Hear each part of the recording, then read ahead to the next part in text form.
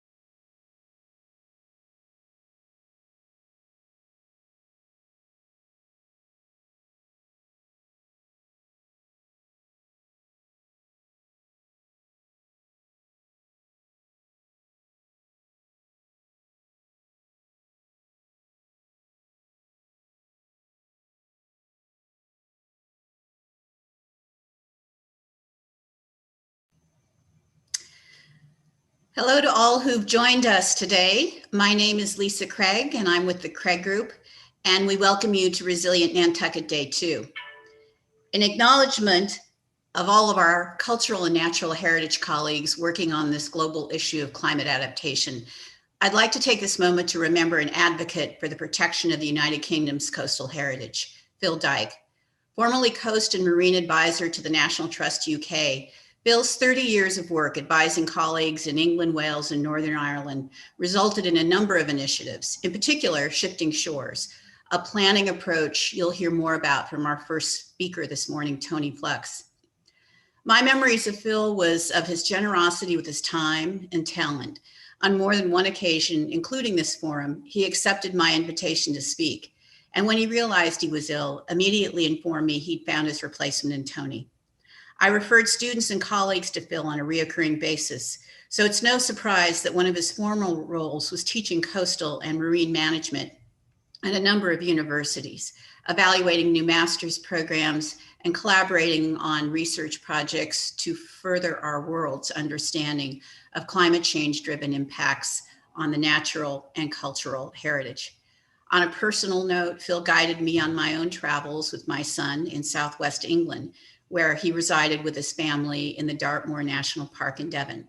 We lost Phil on April 6, 2021. In his memory and in support of the National Trust UK work in climate adaptation, we are dedicating Day 2 of Resilient Nantucket to Phil Dyke. Before I introduce our speakers, I'd like to acknowledge our behind-the-scenes colleagues managing this online experience. Many thanks to Kimberly Rose, Karen Timer-Brown, and Roxy Jewel Richardson of the Craig Group, Sean Reardon with Geek Factory, Frank Schatt and his colleagues with NCTV, and Sarah Davenport and Doug Parsons with Simpatico, our online broadcast partner. Again, many thanks as well to our sponsors, the town of Nantucket, and our funding partner, the Commonwealth of Massachusetts MVP program. and our sponsoring partners, Nantucket Preservation Trust, Acclimate, the University of Florida's Preservation Institute, Nantucket, the Nantucket Historical Association, Preservation Massachusetts, Remain Nantucket, and the National Alliance of Preservation Commissions. And a final thanks to Holly Bacchus, Chuck Larson, and Vince Murphy with the town of Nantucket for their leadership role in guiding us through this final event of the 2021 Resilient Nantucket Public Forum Series, Resilient Nantucket, Designing for Adaptation. With that, I'm going to introduce our first presenters. This will be a discussion between two longtime practitioners in coastal and marine heritage, Nantucket's own Peter Brace and Tony Flux from the National Trust UK. Peter Brace is the well-known author of Nantucket, A Natural History, and Walking Nantucket, A Walker's Guide to Exploring Nantucket on Foot. A Nantucketer for 28 years and counting, Peter formerly covered the environmental beat for the Nantucket Beacon and the Nantucket Independent. In 2015, he founded Nantucket Walkabout, for which he guides natural history hikes year-round on conservation land owned by 4 nonprofit organizations. Peter knows well Nantucket's natural environs from shoreline to shoreline. Tony Flux has worked for the National Trust UK as the Coast and Marine Advisor in the Southwest since 2007. He took this position, oddly enough, after decades in other occupations, including working as a hotelier on the south coast of England in Weymouth, Dorset, where he still lives. It is then that he became interested in the Dorset coast, attaining its UNESCO World Heritage status for the so-called Jurassic Coast. He decided to retrain as a coastal scientist, completed his master's in coastal management the same year that the World Heritage status was conferred on the Dorset and East Devon coastline. Tony's responsibilities at the National Trust include coastal erosion and flooding, geoengineering issues, coastal monitoring, public access and safety, as well as community awareness raising to issues surrounding climate change, carbon, and sea level rise. While this discussion format between Tony and Peter, we do encourage you to submit questions via the Q&A. So we look forward to this conversation. And Tony, let's just get started with your presentation, and we'll turn it over to Peter for some Q&A.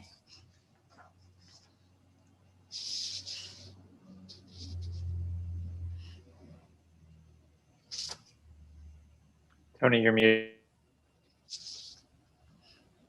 Okay, there we are. Okay, good afternoon, everybody, and thank you very much for inviting me to take part in this conference and presentation.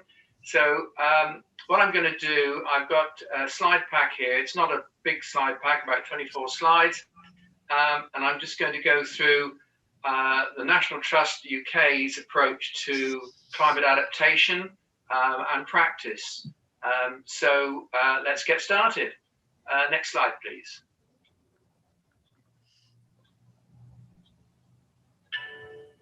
Okay, our inspiring coastline. Just quietly read that little statement there. To me, that says a lot.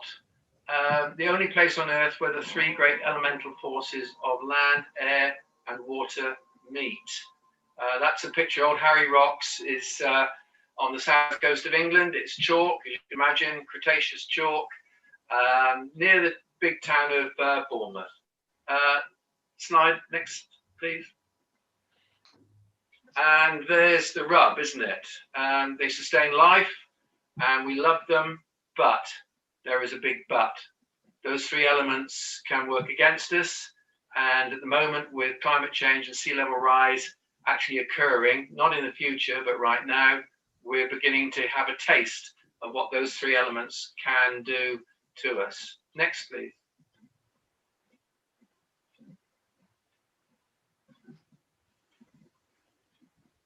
Next slide. And there's a thought for the day. That was said to me 20 years ago by a very eminent professor of geomorphology. But again, just think about that statement. Nature has more time and energy than any government has time or money. That is so true. And I think the sooner we all buy into that idea, the easier it's going to be for us in the future to become more resilient to the impacts that climate change are going to inevitably come our way. Next slide, please. Next slide, please. Yes, just read this. We do coastal value surveys every 5 years. And this is something that is very close to my heart, and I think probably close to a lot of people's heart. You could argue, why are we in this conference at all? And part of the reason we're in this conference is because we all love the coast. We have an empathy with it. And just read that statement on the painting there. We didn't realize we were making memories. We just knew we were having fun. Next, please. Next, please.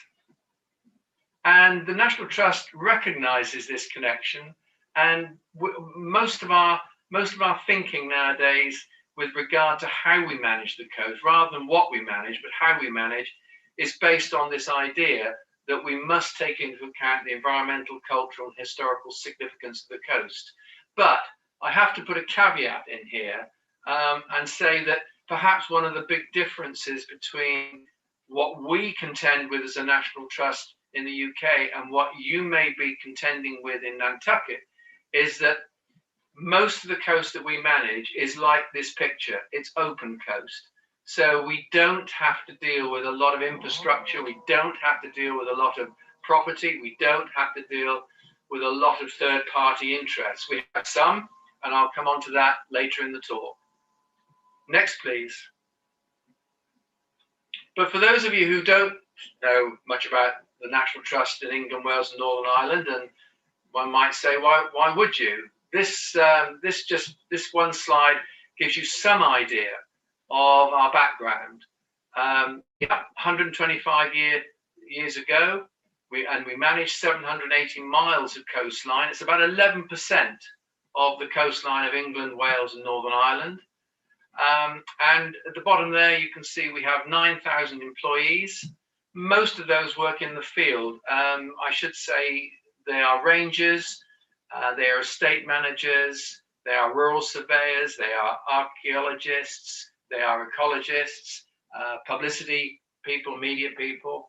But we have nearly 60,000 volunteers, and we have 5.6 million members, which is about 1 in 11, one person in every 11 adults living in the UK is a member of the National Trust. Membership works out at about $70 a year. Neptune, this is one of the ways that we have managed to acquire the mileage that we have of the English, Welsh, and Irish, Northern Irish coastline. And what this particular project tells you is that people do love the coastline, and Neptune has been one of the most successful fundraising campaigns that we've ever had. And it just shows that people do love the coast in the sense that they will leave money to us to help to buy and maintain the coastline. A lot of the money that is donated is ring fenced for certain projects. It's not all for acquisition. Some of the money is for maintenance, but none of the money is used for salaries. It has to be used for devolved funds for purchase or projects, etc. That's the way the money has to be used. But it has raised, I think, something like 30-40 million pounds in the last 55 years. Next slide, please. So the very first property was a small piece of coast. That's Octavia Hill, one of the founders. Next, please. And this is Mrs. Fanny Talbot, but I won't say it out loud because I know you can all read. Just read that statement at the bottom there, because I think that, although it was written 125 years ago, that statement could have been written yesterday. It's just as accurate now as it was then.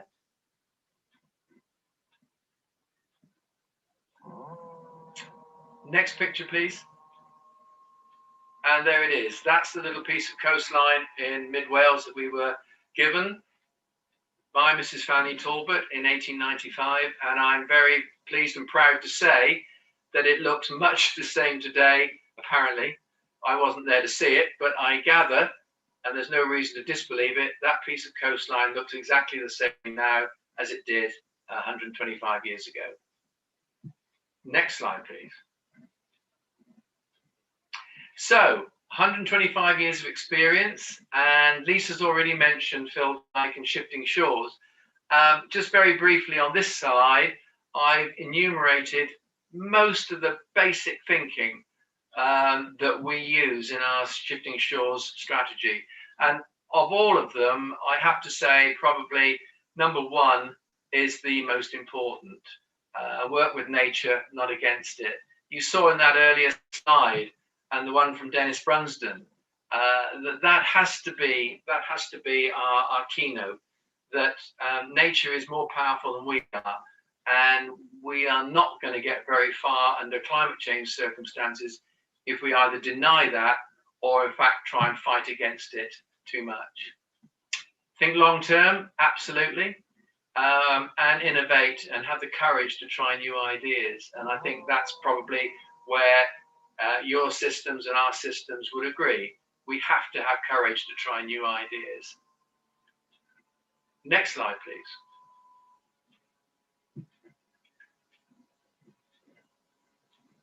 Next slide, please. So that's shifting shores. That's what it looks like. Yes, there are hard copies, but for most of you, and I'm sure this PowerPoint presentation will be made available after the conference, but if you want to have a look at it, if you want to download the PDF, you're very welcome to do so. It's not a long read, but most of the ideas that I'm going to be talking about this afternoon are in that report. Next slide, please. So I mentioned working with nature, not against it. Brownsea Island is a wonderful little island in Poole Harbour on the south coast of England in Dorset.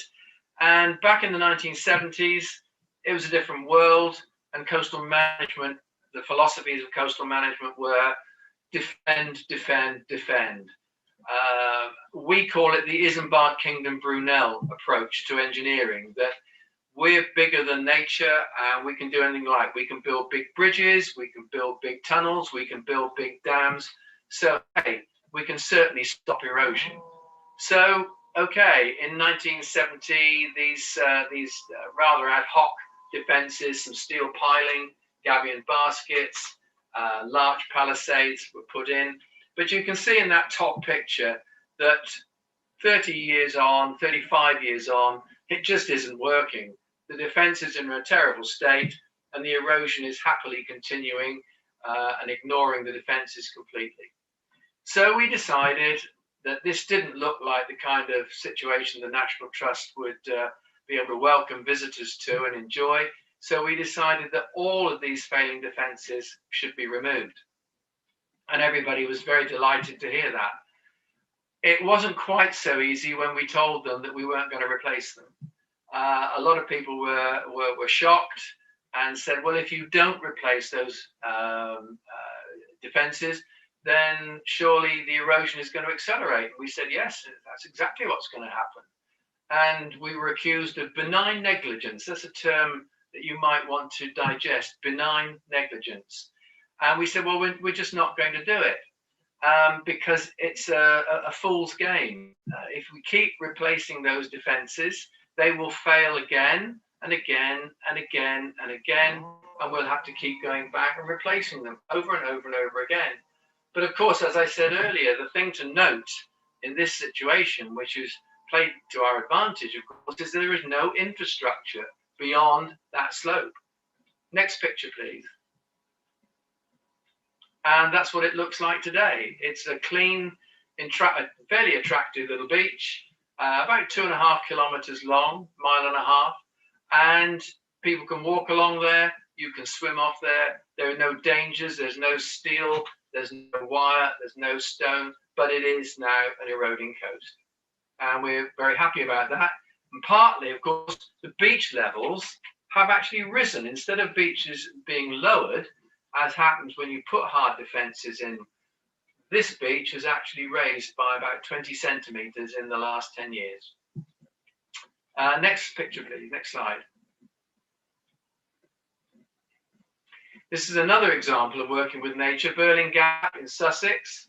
The picture on the left there is about 110 years ago, and the red line is the line of the cliff top today. Next picture, please. That's partly what it looks like today, and you can see that that has been that piece of coast has eroded quite significantly. We've lost we've lost 4 cottages and a little church in that intervening 100 years. Next picture, please. That's what it looks like today from the air, and that building on the left is our National Trust car park and cafe. And the policy for that cafe is that it will hedge hop. It will hedge hop backwards. Every 10 or 15 years, we will rebuild a lightweight building further back. We need to keep it near to the coast, and that because that's what people come to Burling Gap to see. They want to come to the coast, but we are not going to try to defend that coast and stop it from eroding. Next picture, please. And we took some children and their parents down to the beach last year, and we painted some cobbles and we laid them on the foreshore where that toe of that cliff was 110 years ago. And I have to say, the children, not so much the adults, but the children completely understood it. So that distance, that's the amount of cliff that we have lost at Burling Gap in 110 years. But the experiment, or at least the demonstration, was very valuable in actually bringing it home to people how our coast is changing, how dynamic the coast is, and that we're not in a position to try and interfere with that dynamic process. Next slide, please. Mullion Harbour, a similar example, think long term. That's what it looks like today. It was built in the 1890s. It's a small pilchard fishing harbour in Cornwall. And it's not really used as a fishing harbour anymore, but those 2 harbour arms there are continually battered by southwest gales coming in from the Atlantic.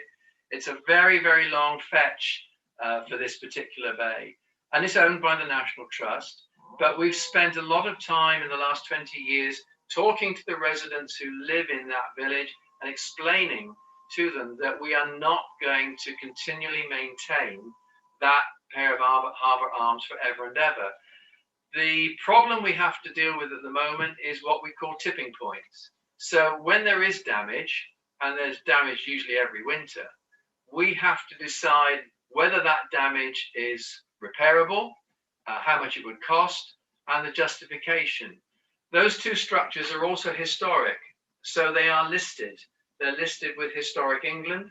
So if we do want to do any modifications to them, we have to have a heritage partnership agreement, which allows us to do certain works, but limited works. The other way of recording what these structures are capable of providing for us is that we talk about preservation by record. So we photograph, we use LiDAR, we use drones. So we have an ongoing record of what these structures look like all the time. And as they decay, we will continue to photograph them and laser them so that we have an ongoing record. This is a methodology that we call palliative care.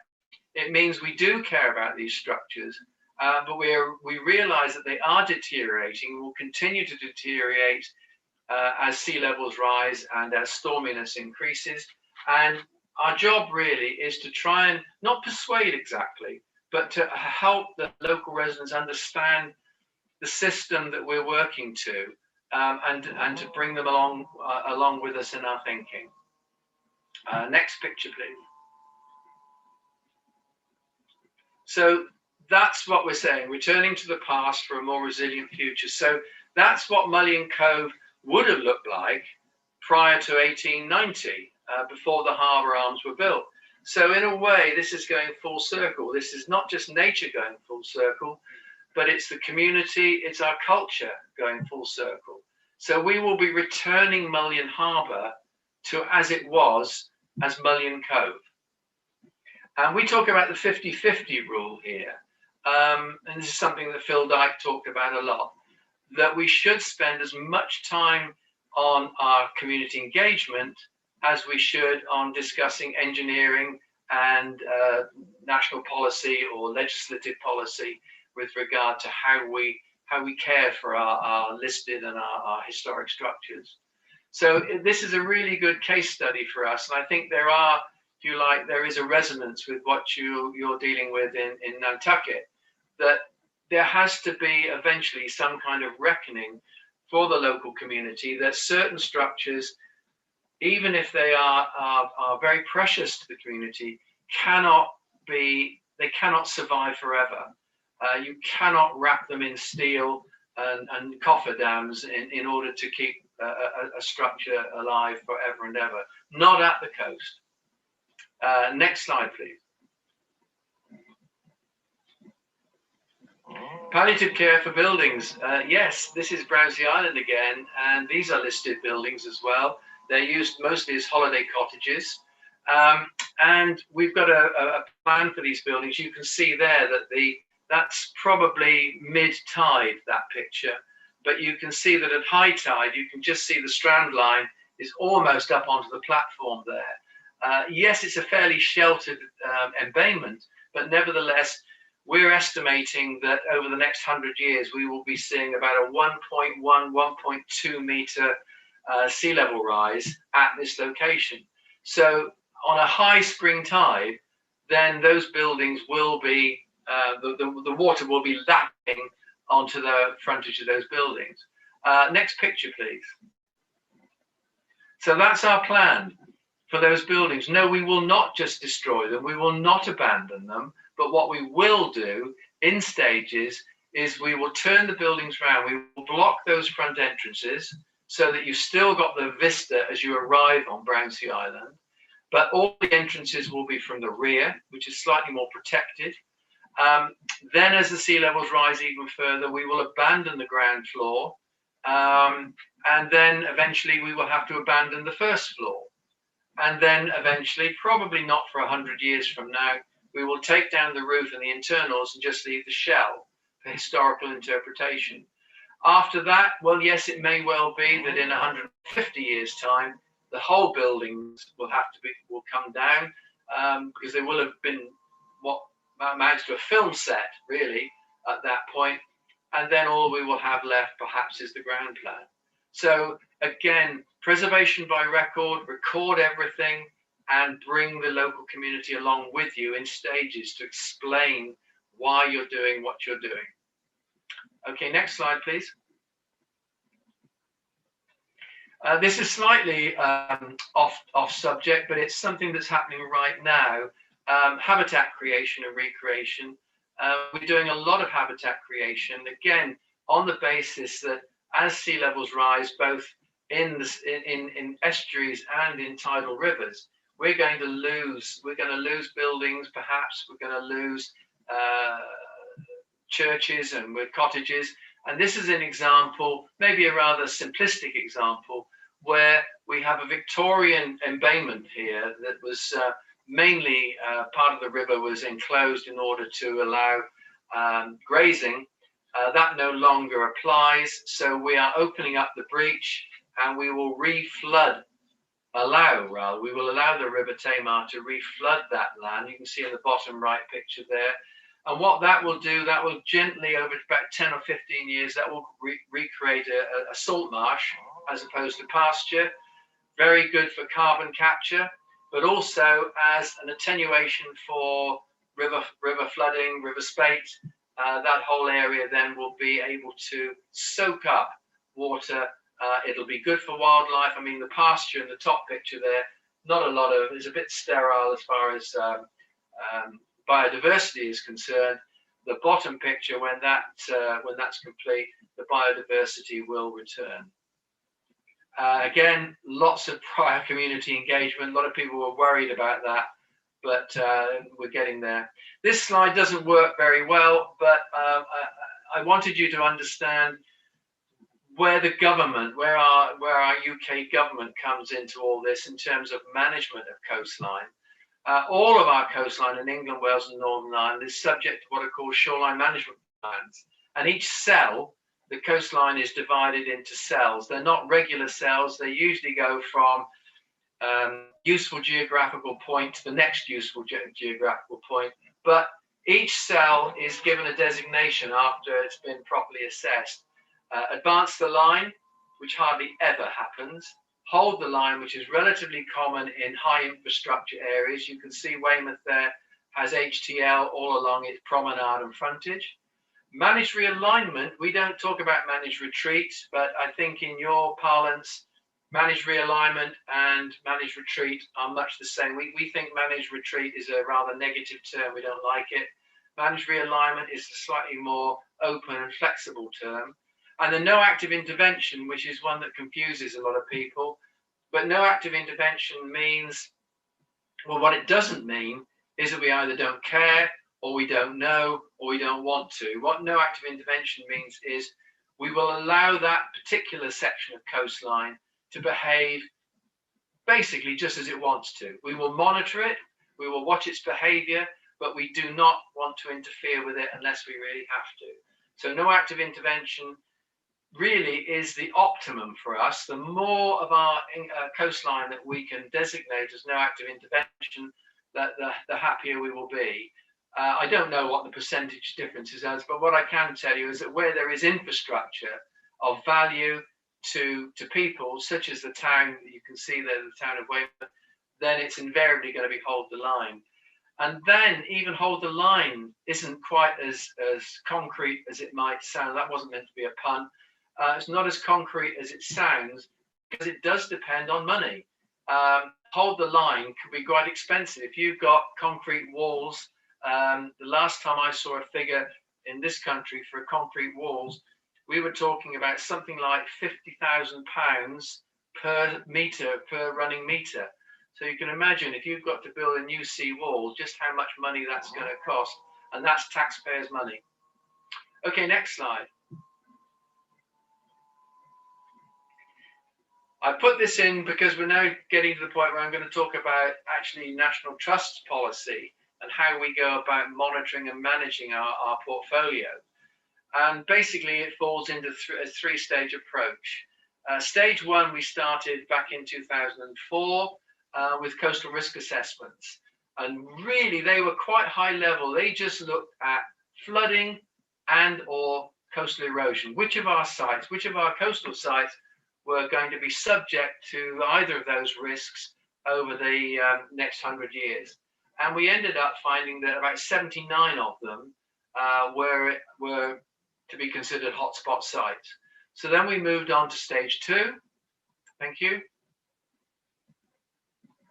And well, I missed this one out. Okay, stage one. This slide really, we can skip over it. It's just an example from Cornwall of what stage one assessments look like. And you can see in the little legend on the right there, it was just to assess what state of play we were in. Were we in a site that was eroding very quickly or a site that was eroding quite slowly? And what infrastructure did we have that was going to be at risk? And you can see basically there's a farm, there's farm buildings, we've got a large car park there, and a National Trust cafe, all of which had to be taken into account when deciding on what we were going to do next in stage two. So next slide now, please. Coastal adaptation strategies. This is basically what I've been working on for a long time. We identify the issues in a much more detailed basis, including community engagement issues. What are the next steps that we need to do to either rectify the problem or to actually ameliorate the problem if we can't actually rectify it? And then C, the final column, is the outcome of the actions. So in other words, where do we want to be in 5 years' time, 10 years' time, even 50 years' time? And I always think it's rather novel, this, that no other industry I can think of other than us actually has a 100-year plan. I mean, if you went to Microsoft and said, what's your 100-year plan? I don't think they'd have one. Or if you went to Walmart and said, what's your 100-year plan? They haven't got one. Well, the National Trust for the Coast, we do have a 50-year plan and a 100-year plan, and they're all embedded in these coastal adaptation strategies. And then we move on to stage 3, please. Next slide. Oh, sorry, I forgot this one was in there. Don't worry too much about that one. You could refer back to that one if you're interested. But those are the themes that we work to. Primary shoreline defences, that's important. Wider coastal strategies, relocations, SNP, which I've just mentioned. And of course, our business model, accessibility for visitors. We do want people to enjoy the coast and the coast path. So we do want people to get there. And so that comes into it. We also have to think about infrastructure like sewage systems and utilities. But okay, next slide, please. And there we are. That's stage 3, where we actually can then go to our management, senior management, and say, we need some money now. We need money to do the work that we've got short-term issues, we've got medium-term issues, and we've got long-term issues. And we can then define each property separately or each site separately so that we know exactly what we need to do and where the issues are. So the short-term issues there, you can see on that one particular matrix, you can see there's something popping up quite thoroughly through the analysis, and it's infrastructure and access. So that's where we would then start to direct our resources. So this is a really useful tool. The Coastal Adaptation Pipeline tool is really useful in actually trying to isolate and define which property needs money and how we are going to address the issues at that site.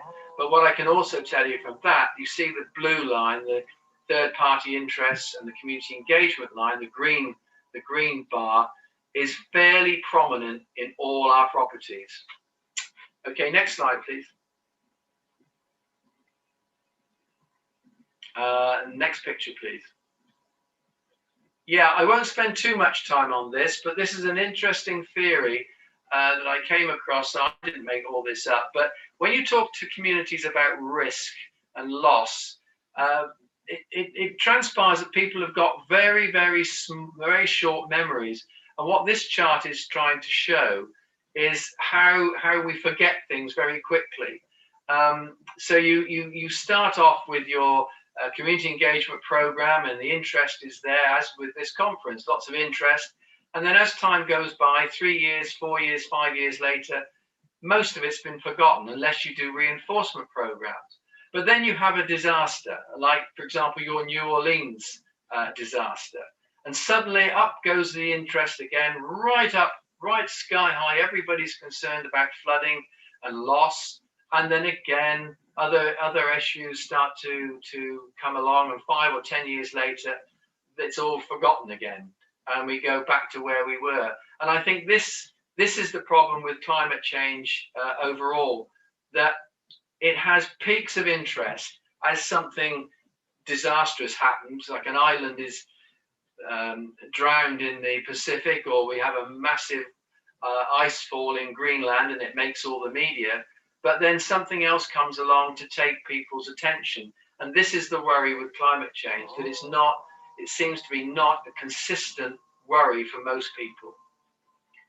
Okay, next slide, please. So here we are, we're nearly at the end now. I just want those 4 bullet points to sink in. Talk regularly and consistently with those who are likely to be affected. Work with government agencies, whoever they are and whatever their policies happen to be. Reliable, repeatable, and data that is visible. You do need data that's visible, not lots of matrices and data sets. You need pictures that can actually resonate with people. And to do that, you need to use all the monitoring systems you can think of, including satellite work and habitat work and bathymetry. And it's that kind of material which will then get the attention of the media. Final slide, please. Next, yeah. And lastly, yes, you heard this from Lisa, but I think it's a measure of the man that the day before he died, he wrote this statement.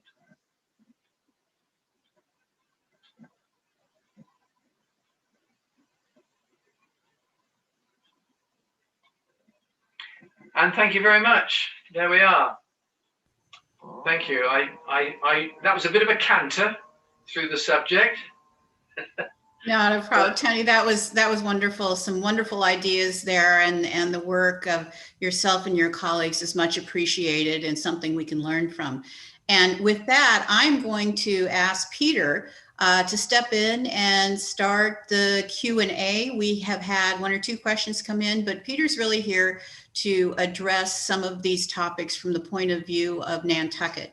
So Peter, you are up.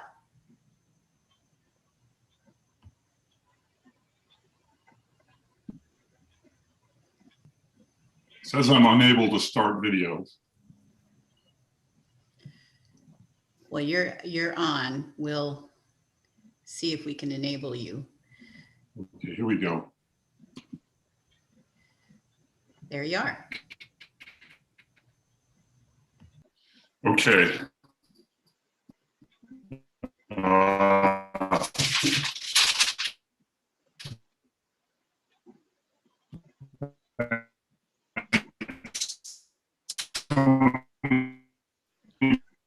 Hey, Peter, you're breaking up a lot. Maybe go ahead and turn off your video and just do it via audio. See if that helps.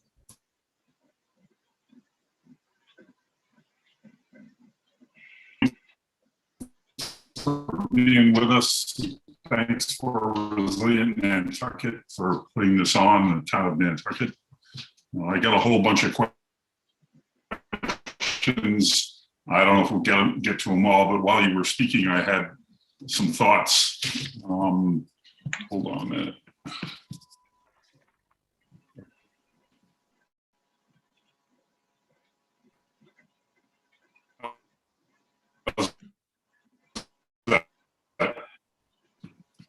Is that better?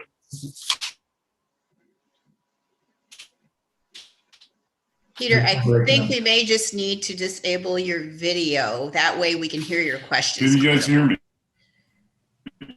Is that better? We can hear you, Yes. but I would leave the video off. Anybody?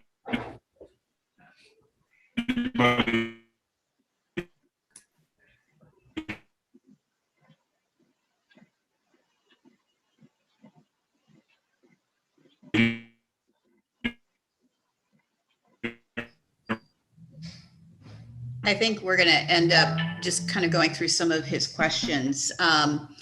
Fortunately, Peter actually did provide us his questions ahead of time, and I think we'll just go ahead and move forward with those. Sean, if you can communicate back to Peter. Video disabled. Can you guys hear me now? We can. Can you guys hear me? We can hear you, Peter. Okay. I'm gonna go into this and hopefully we still get everybody hearing me. So, so Tony, we have billions of dollars of private property along the shore, our shoreline, as well as public infrastructure, unlike what the National Trust has, which you say is all open land.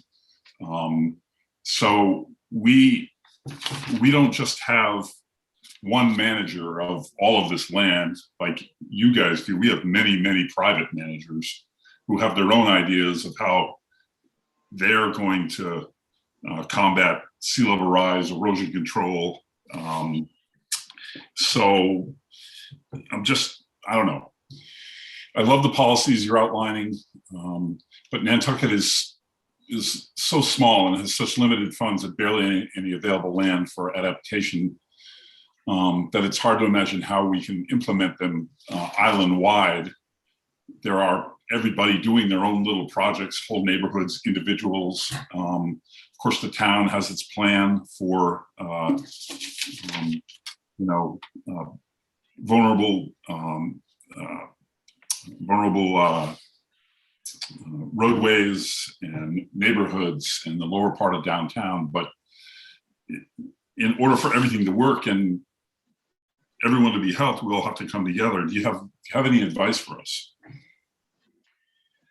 Yeah, I can see the difficulty, and the only time we would be in a similar situation I mean, it does happen. And I have a couple of properties in my patch which are very sensitive. And it can only be that it has to be compromised with people, but it takes time and it takes reinforcement. The messages do not sink in immediately. And of course, where you've got people with private property, and we do have third-party situations where we have private property owners who really don't like some of our work with nature, not against it policies. The difficulty is that there is this inevitability about it that we cannot now prevent sea level rise. And a meter of sea level rise in 100 years, it may be more on the east coast of the States, I don't know. But that's what we're talking about. And it has to be accepted that you cannot protect these properties forever and ever. And the whole idea that you can, in a sort of piecemeal way, put steel piling in front of one building but not the next, that it's not only unethical, it's impractical, because the sea will simply outflank it, depending on the geology, I grant you. But if we're talking fundamentally about soft, low geology, then the sea will outflank it. There has to be much more rigorous control from regional and central government to prevent that from happening.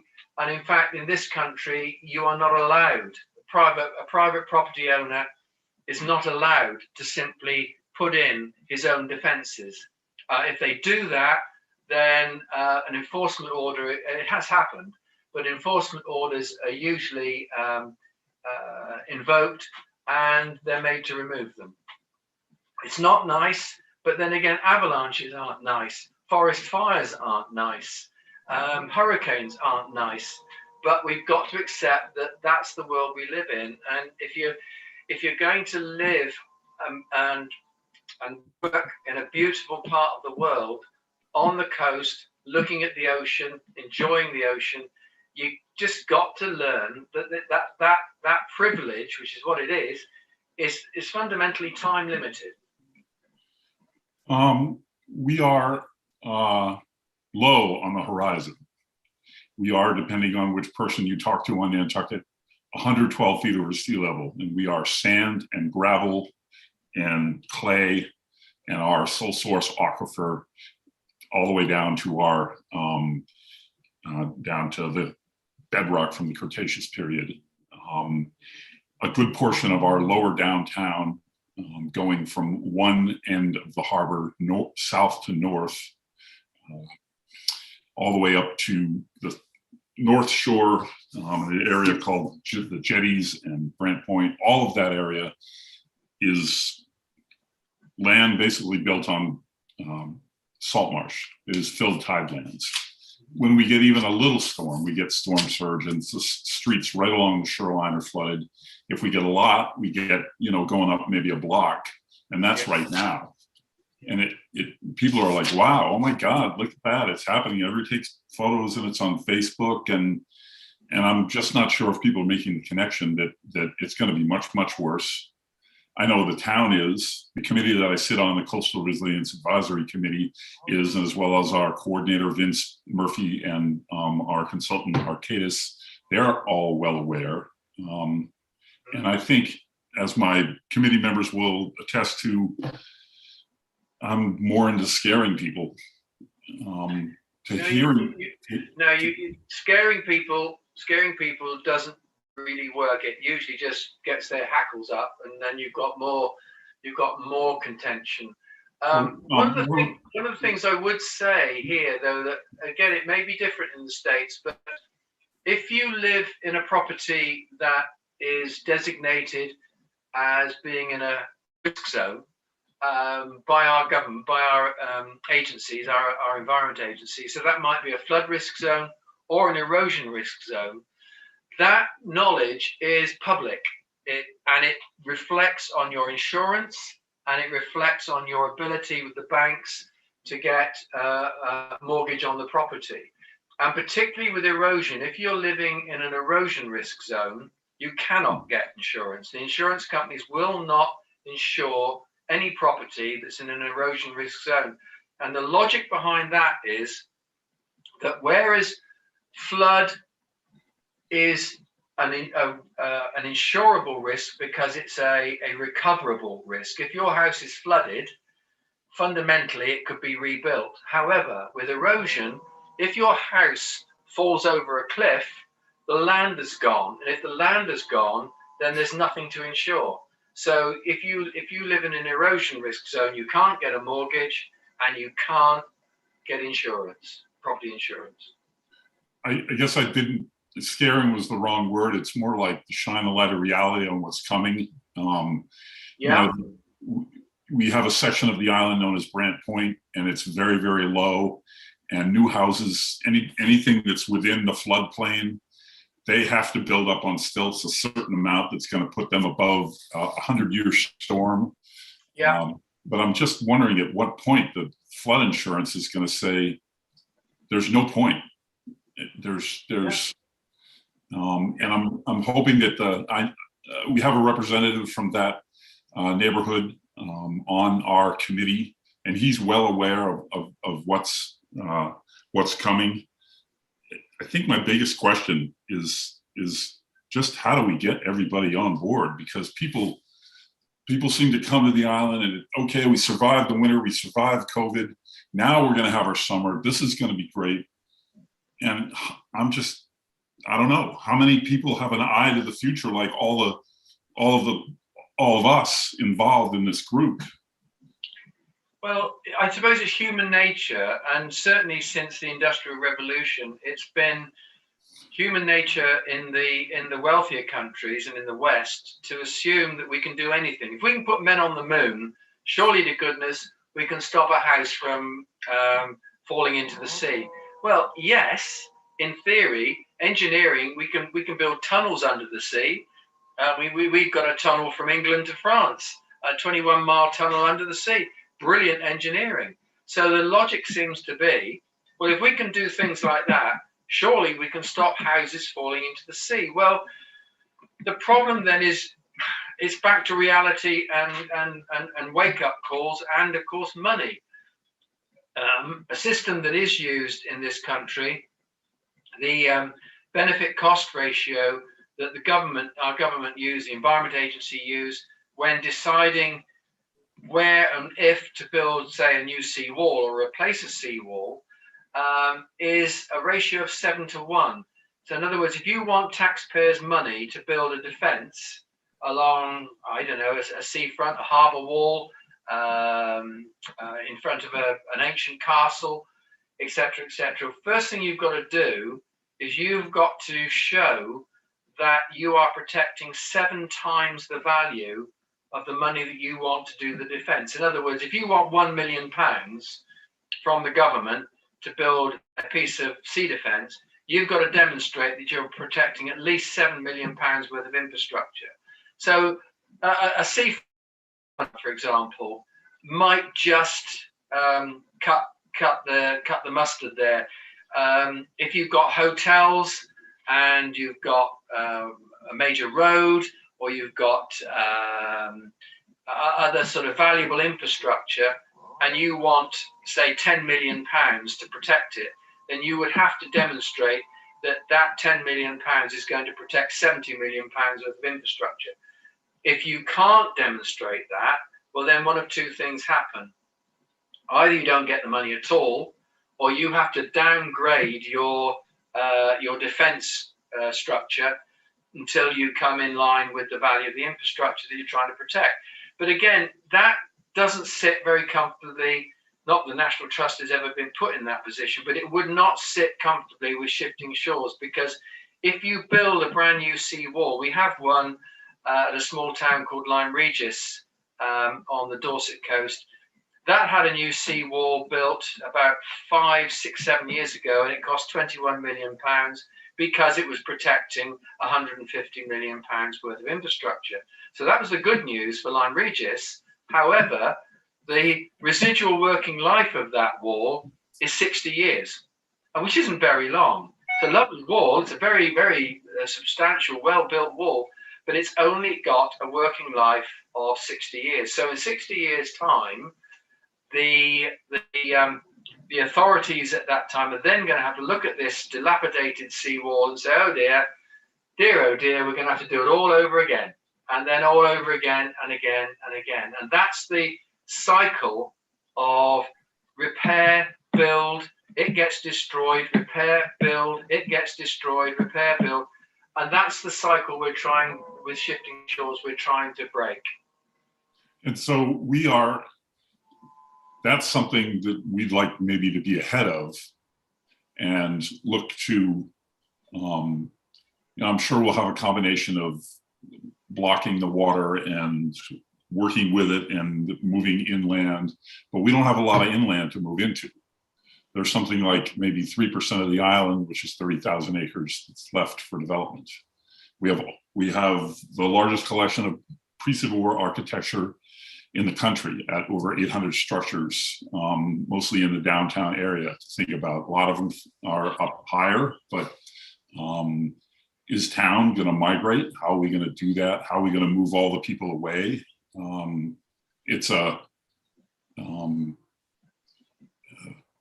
a thing that hopefully our consultant is going to tell us how we're going to do that. But well, we already know, Peter, that climate change is going to cause massive migration all over the world.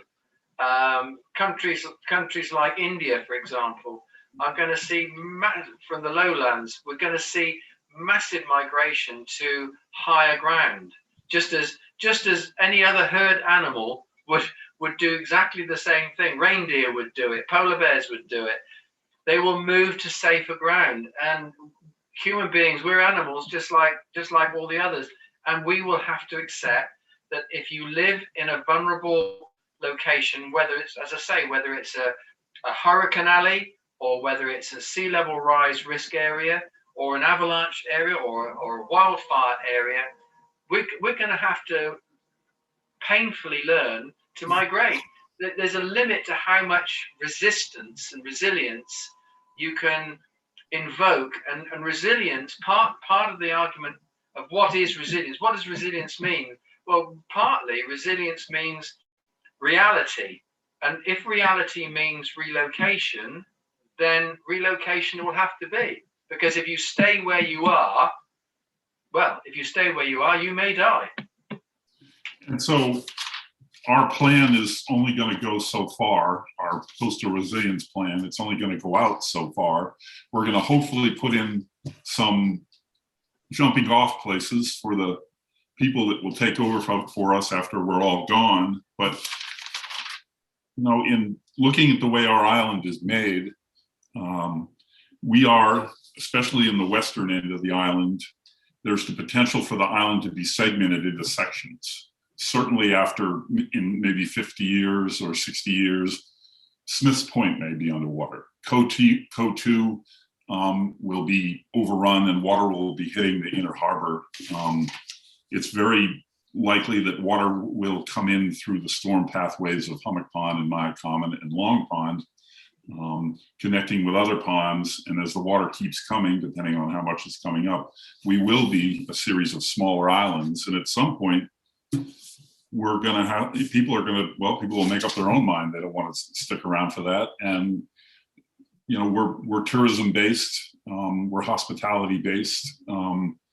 That's going to have a big impact on all our livelihoods. It may not be for me to, it's obviously not for me to face, but I'm on this committee, so I want to try and prepare. That's more of a statement than a question, I guess.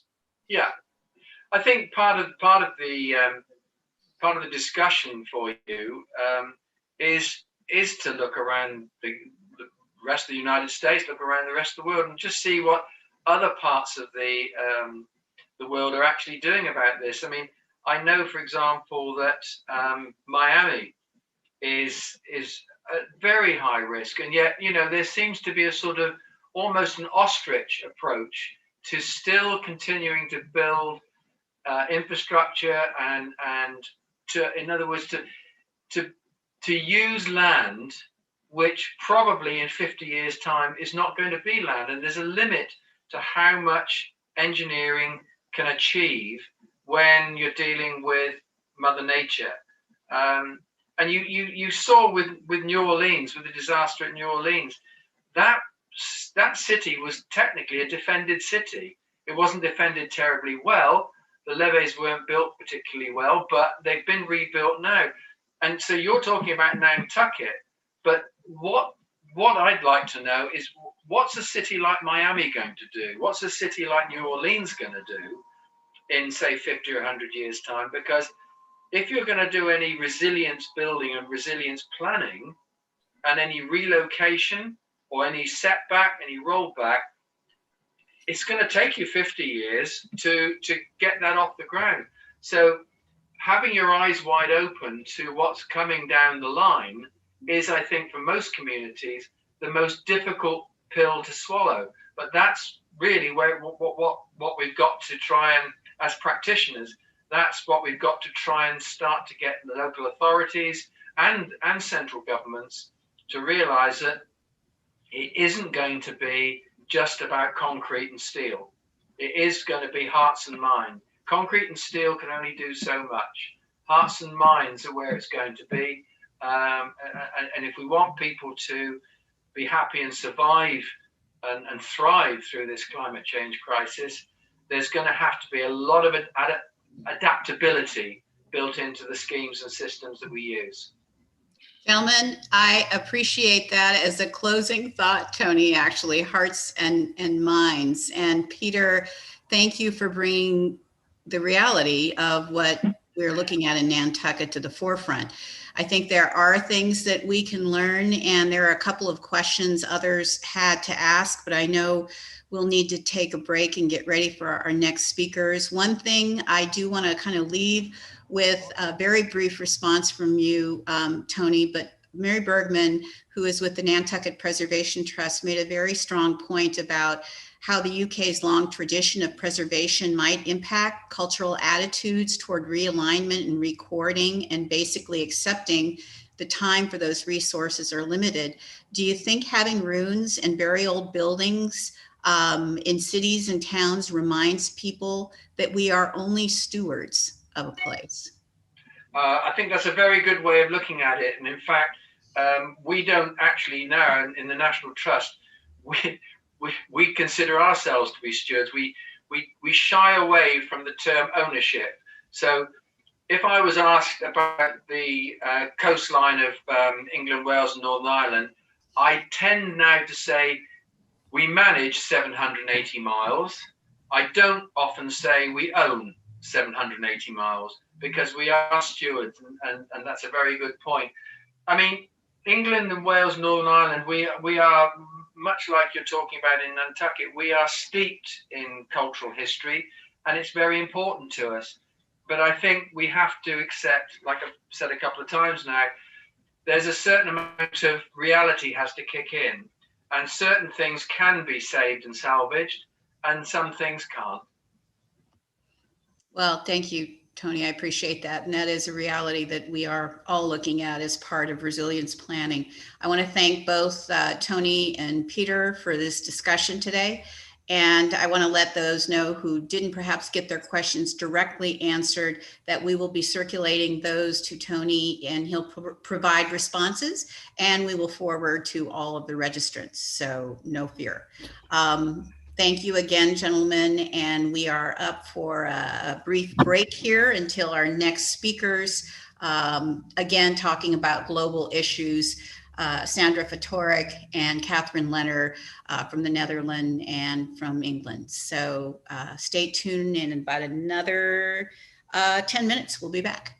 Thank you all very much. All right, bye. Thank you.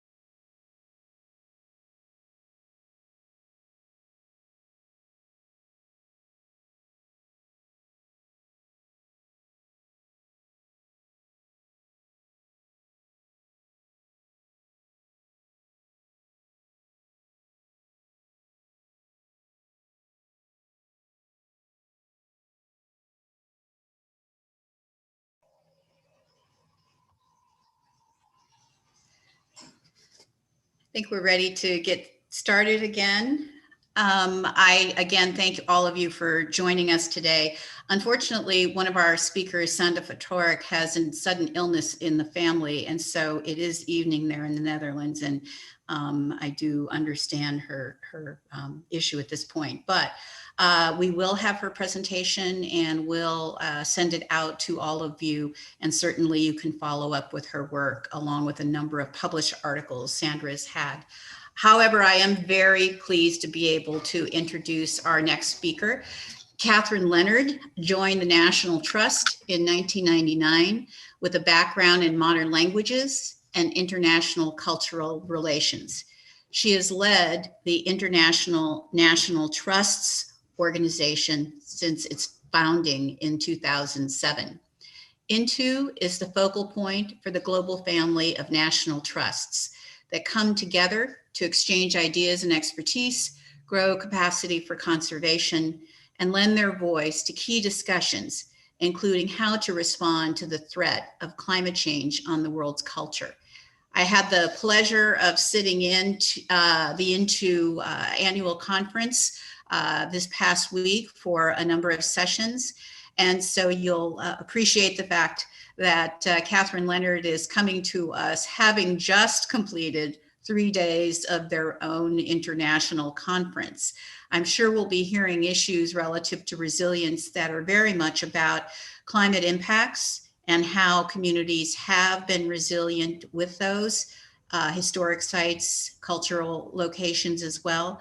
But also resilience often goes beyond the issue of climate impacts and really looking at how cultural sites manage to stay open, how they manage to deal with the need to pivot to online educational programming, how tourism is impacted by disasters and climate impacts, and certainly how our own relationship with nature can actually become more fruitful and more a part of our resilience strategy than just looking at built heritage. So with that, and Catherine, I very much appreciate you taking the lead on this. We will have a wonderful Q&A session following. I feel so immersed in the work of INTU, having just seen so many representatives from around the world speak to their issues.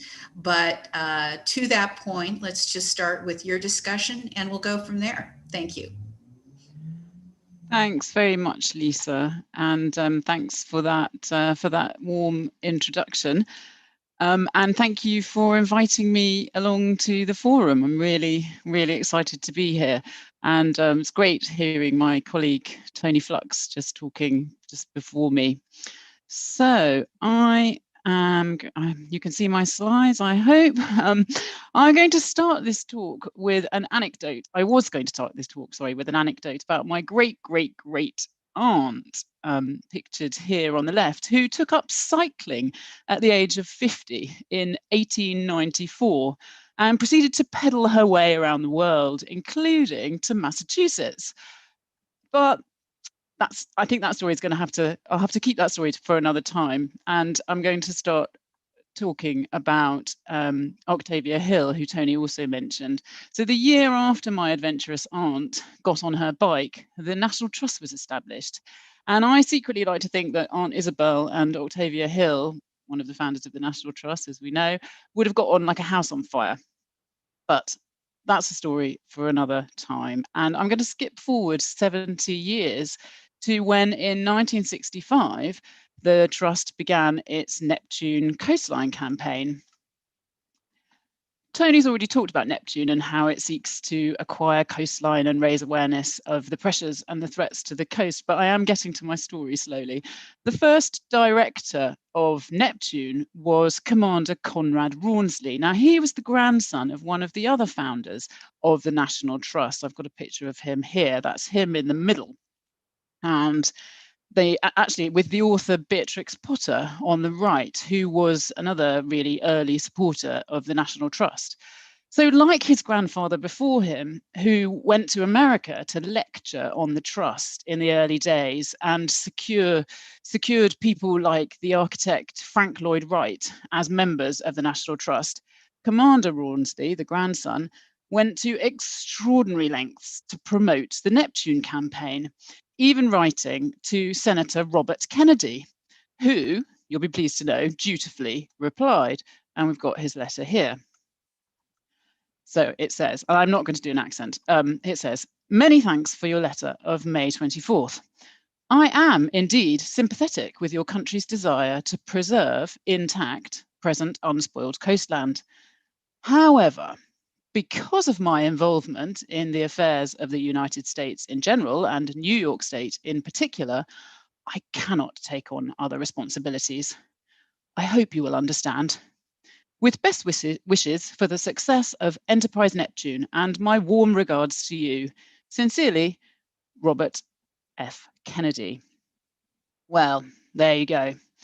I'm delighted to say that those tentative transatlantic connections have only been strengthened over the years, particularly with the National Trust for Historic Preservation. And here's Prince Charles, our own climate change poster boy and patron of several national trusts at Lincoln's Cottage. And of course, the trustees of reservations in Massachusetts, which in fact predates the National Trust by 4 years. And indeed, I understand that Octavia Hill and Hardwicke Rawnsley both consulted with Charles Eliot before he established the trustees in 1891. And of course, I'm delighted that both of those organisations are active members of the Into network today. So that's my rather long-winded way of linking us together across the pond today. I'm really delighted to be able to connect with you in this virtual way. And thank you, Lisa, for inviting me. She's invited me to talk about the global impacts of climate change on our cultural heritage. And she's asked me, as she said, in my capacity as Secretary General of Into, which I'll tell you about very shortly, but also as a recently appointed elected member of the board of SMILO, which is the Small Islands Organisation.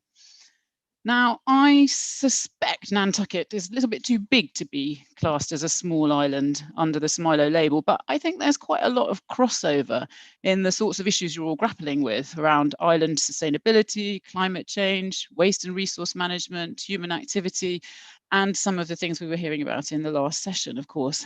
So I would certainly recommend checking out some of the SMILO resources. As I said, I'm very new to that role, so I'm in learning mode a little as far as SMILO is concerned, but I've been with Into since its foundation in 2007. And Into is the International National Trust Organization, so it brings together this amazingly diverse, varied family of national trusts to share ideas, experience, and resources to grow the capacity for conservation and preservation around the world, but also to act as a global voice for matters of common concern. I'm going to introduce you to some of our members, not all 86, you'll be pleased to hear, otherwise I think we'll be here all weekend. But suffice it to say that whilst the model has been replicated all across the world, each Into member is slightly different, depending on their local circumstances. But they all share the same inspiration and values, born in Victorian Britain and Massachusetts. So as a network, we got involved in climate change right at the very start of Into. This is Mary Robinson actually speaking at the first Into conference. And as we all know, climate change is a global issue and needs a global response. But at that time, it was perhaps surprising to some people to see organisations like ours, national trusts, that are sort of more known for their cultural heritage portfolios, seeing those sorts of organisations getting involved in what might have been considered a more environmental debate. But the national trust model is a holistic one. We look after, as you've seen from what Tony's been saying, we look after sites of natural and cultural heritage, tangible and intangible. We run farms and nature reserves. We look after vast acreages of landscape and coast, as well as historic sites and built heritage. But that's not to say that the impacts of climate change on our cultural heritage are any less important, because that's what I'm here to talk about today. So now for the bit I'm hoping that you've all been waiting for, particularly when travel is so very difficult and, well, off the agenda really at the moment. It's time for a little romp around National Trust places across the globe to see what those impacts look like. And I'm going to preface these remarks by saying that I'm not a scientist. And then I'm going to forgive myself by saying, actually, I don't think understanding and responding to climate change is a job just for scientists. We need social science skills. It's a bit like what Tony was saying about community engagement. It's all, for me, it's so important that we communicate well, that we inspire people to take action, that we create alliances and communities of people who share values and care about the same things. And that's what we in the heritage industry are really good at. And of course, why we're all here today at this fantastic forum. So these are the Into member organisations, and we're going to start with Fiji. We'll zoom into Fiji, zoom in a bit more to Fiji. There we go. At the end of last year, tropical cyclone Yasa completely destroyed historic buildings in the World Heritage town of Levuka on the Fijian island Ovalau, including the Bond Store, a property of the National Trust of Fiji. It's the one in the middle. And the building, already weakened by Cyclone Winston, is sadly now probably lost forever. We've been helping the National Trust of Fiji raise the funds needed to stabilise the neighbouring and very iconic Morris Hedstrom building, which is integral to the World Heritage Site, but perhaps more importantly serves as a museum, library and community centre for the local people, and so is a really essential part of people's everyday lives. With hurricanes on the increase in the North Atlantic too, as we were hearing, many national trusts, particularly smaller islands in the Caribbean, are pioneering new techniques to lessen the impacts of significant storms on the coastline by, for example, planting mangrove stands in concrete blocks in the British Virgin Islands, or extending groins and breakwaters in St. Lucia. Although, having heard what Tony was saying about engineering not being able to fight back the tides, I'm slightly wondering whether that's actually going to work, but there we go. Climate change is certainly affecting how we look after all of our places. So stronger storms are one thing, and we're also having to contend with flooding and increased rainfall.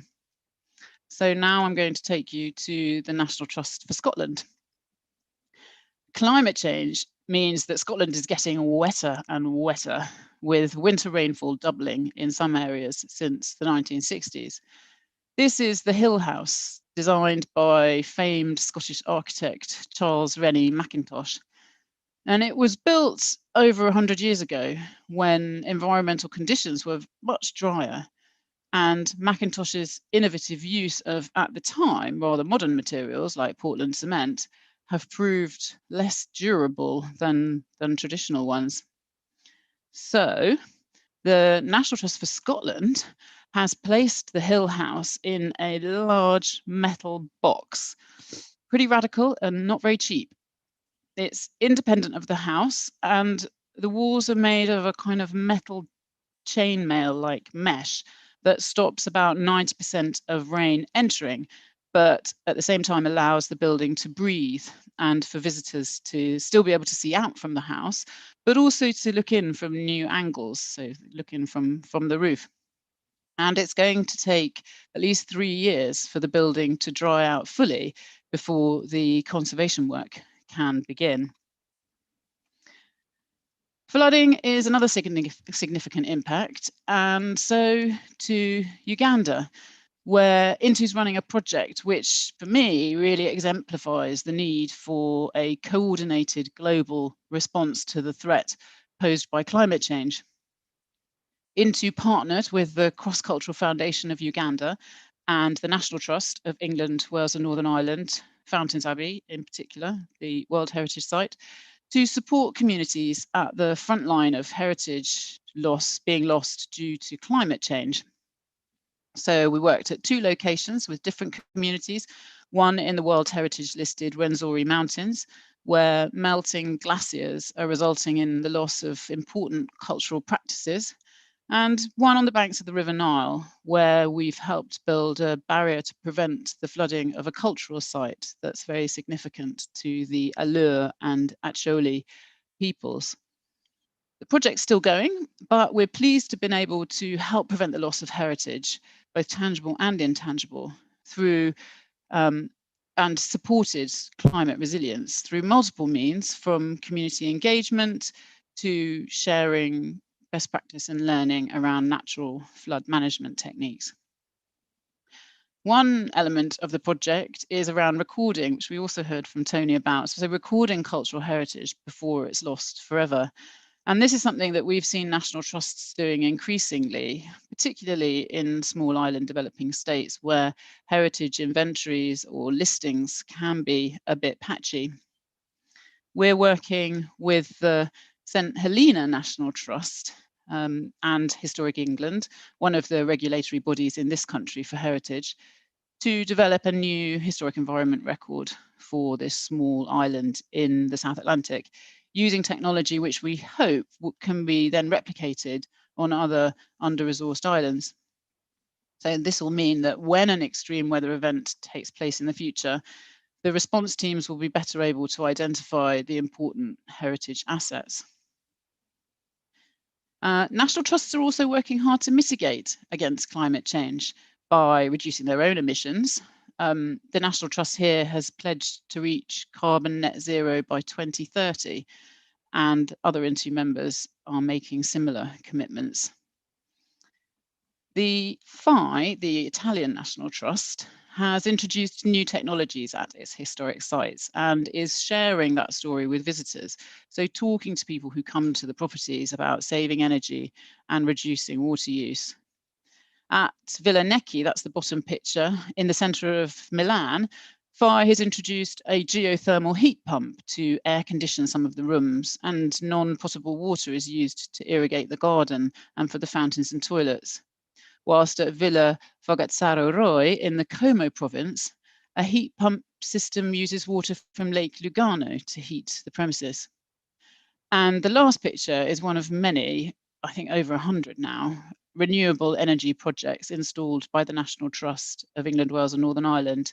This is a hydro project in the mountains of Snowdonia in Wales. So Intu members are using their sites, their properties, their places to educate the public about renewable and sustainable energy. Much of this is modern technology, but some is old tech that's been reimagined or repurposed. The pace and rate of climate change is certainly new to us, but there's still quite a lot we can learn from history.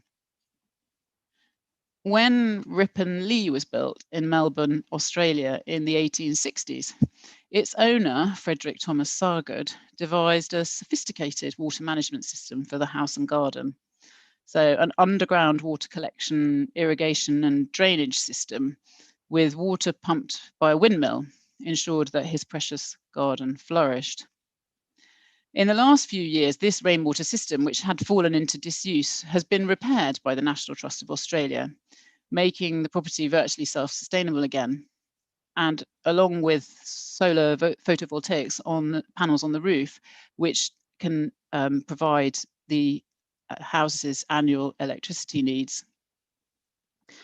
Gardens are actually really interesting as bellwethers, but also as really good places to talk to people about climate change. And national trusts across the world are having to rethink their gardens. At Ripon Lea in Australia, but also here at Ham House in London, where the rapid increase in heat and humidity means that temperatures of over 40 degrees, that's centigrade, isn't it? So that must be about 100 degrees Fahrenheit, I think, which is really rare in the UK.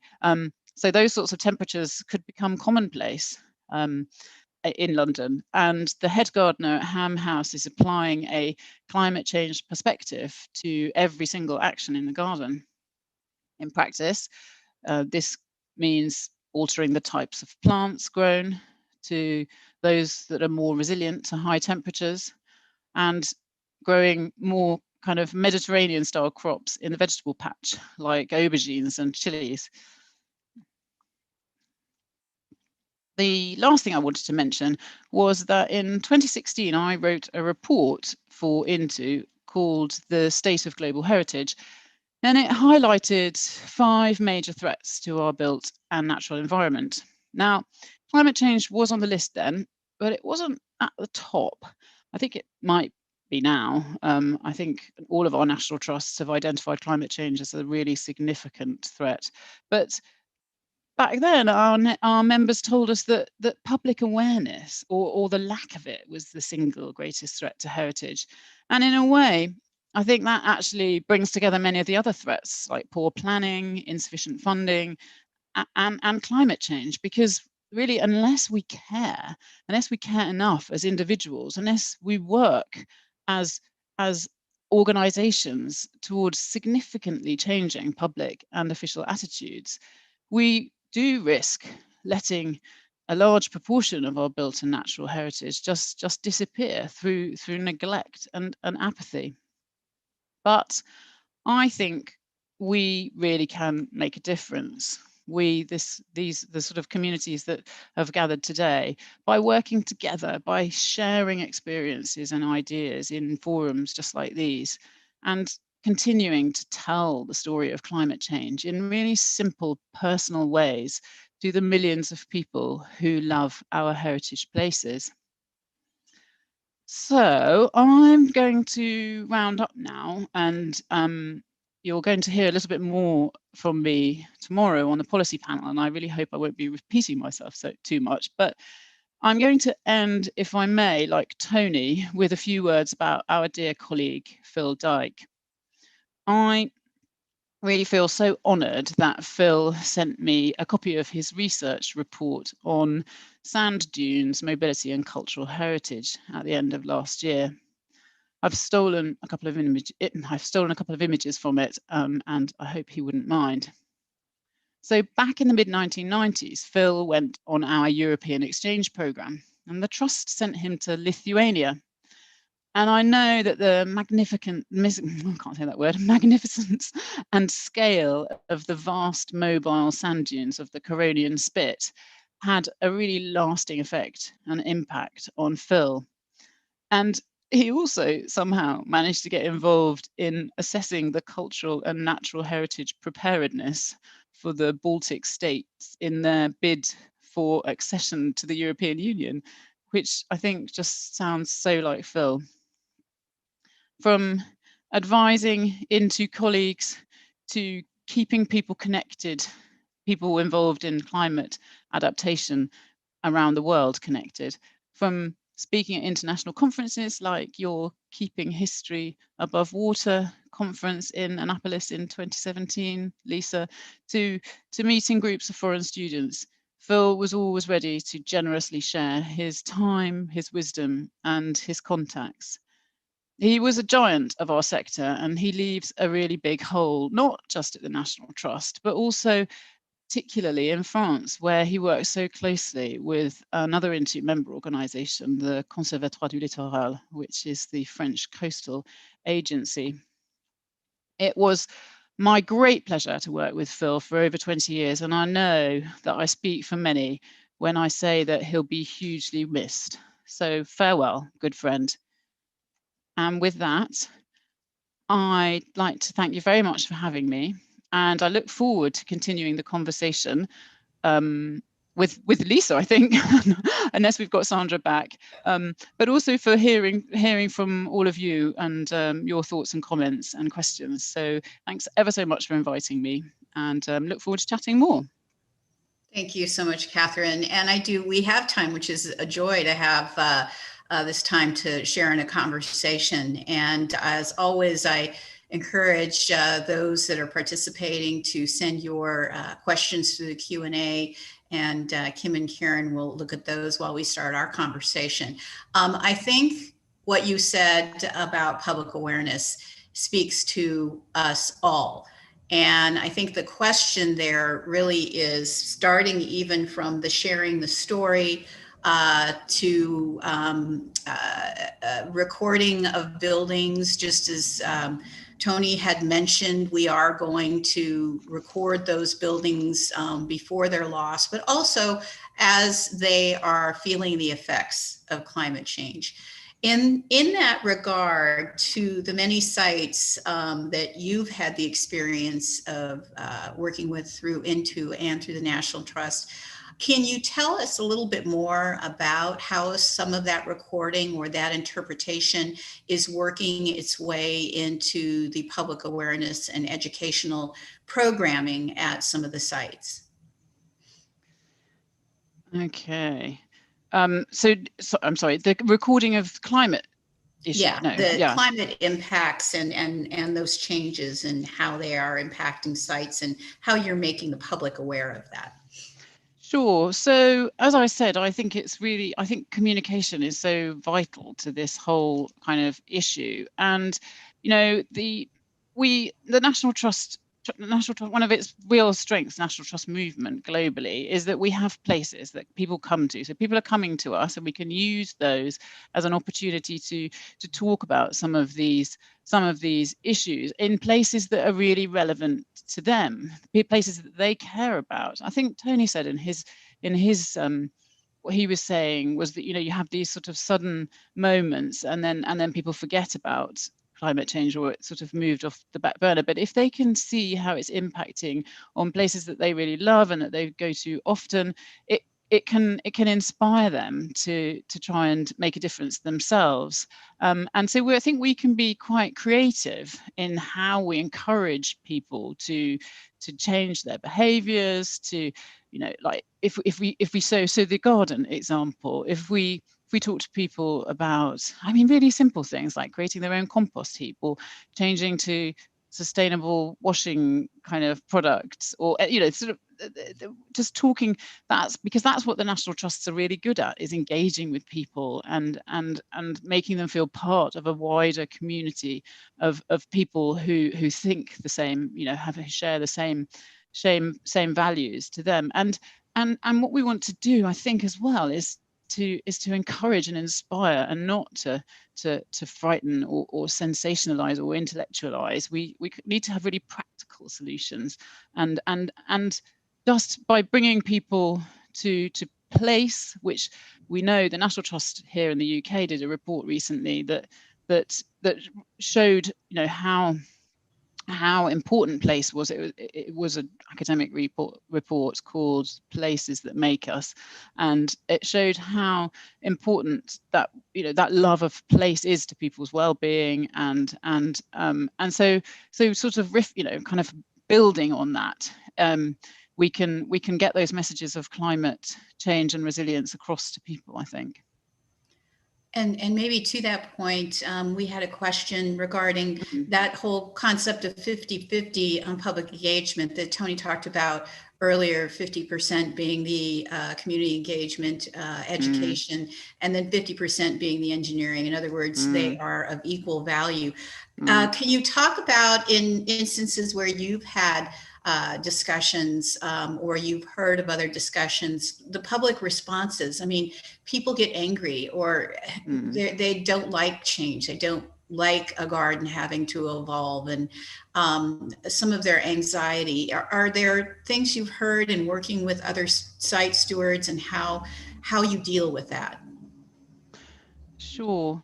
I think it's quite a tricky one, because I know in the UK, research, sort of insight research into National Trust members and volunteers, has shown that they actually have very high levels of interest in climate change issues. I suppose they're sort of self-selecting a little bit, in a way. So they're really responsive to these kind of messages. I mean, we have climate denial in this country, and we have people burying their heads like ostriches as well. So that does happen.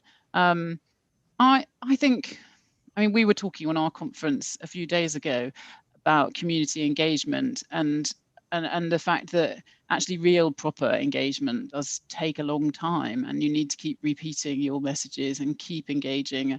We famously heard that it takes at least 5 cups of tea to engage with local communities in Northern Ireland at the Giant's Causeway, another fantastic World Heritage Site on the coast. So yes, I think it's patience really, and I suppose that, you know, we want to bring people along with us, and we're not beating them with a stick. It's about, you know, creating a comfortable place for people to share, but encouraging people to talk about climate change is really good too. And if they can find a way to do that, that's really positive. Yes, and I mean, I think our experience has been similar in that just repeating the message over and over. And I'll follow with another question on your 5 cups of tea. I think actually, as I heard from our colleagues in Trinidad Tobago, that would be 5 glasses of rum. Instead, it was a wonderful reference. But I think about the island communities that you must have to work with. I mean, beyond the National Trust, beyond the sophistication, we'd had a message or a question earlier during Tony's talk that I'm sure he'll respond to, but you know, Nantucket is a very small place. We only have a certain amount of land for Nantucketers to adapt or to move to. And so that being the case, is there some type of comparable strategies, or are there other island communities, small island communities, that you might be able to give us some examples of how they may be focusing on climate impacts? Sure. The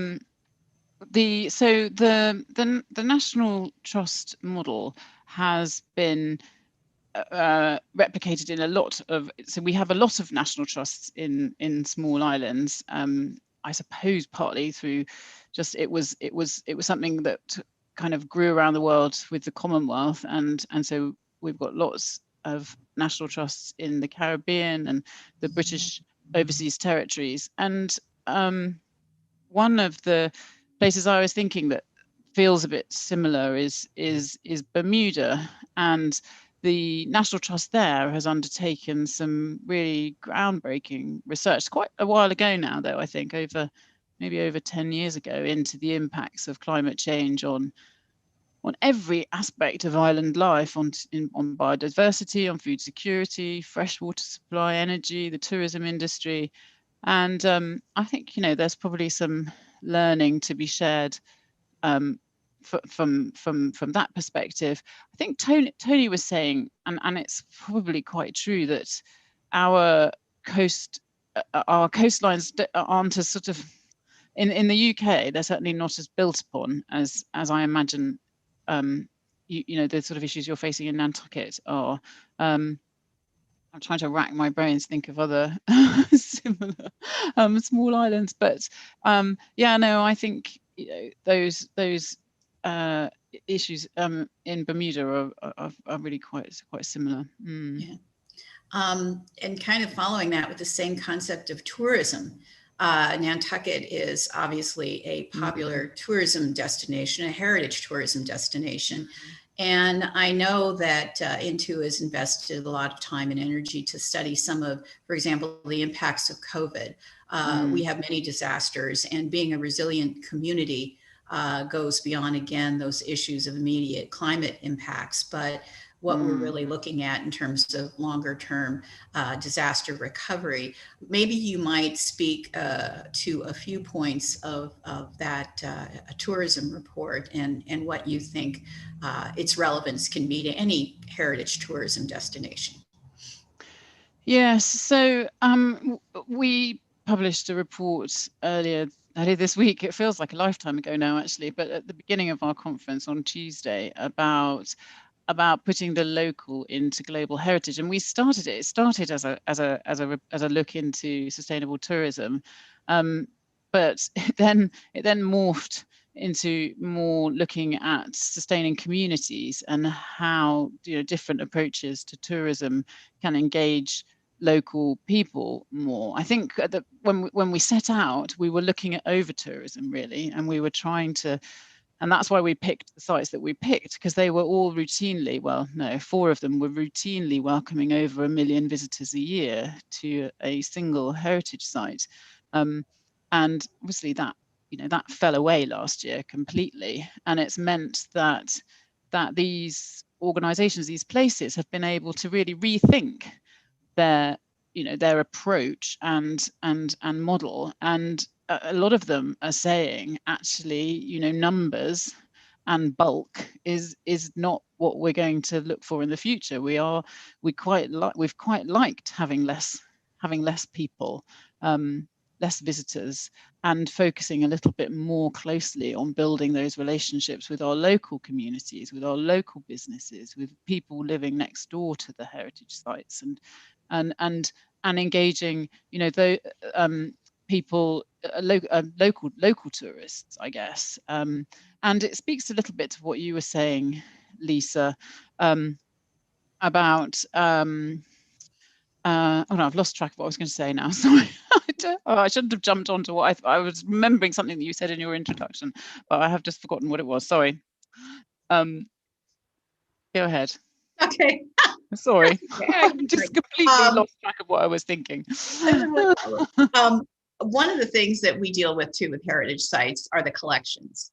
And again, something that you've, during these closures, you've had the opportunity, I'm sure, to take a look at many of the sites' collections and how you are better interpreting them, or even if they have withstood well having no visitors. Back to that over visitation topic.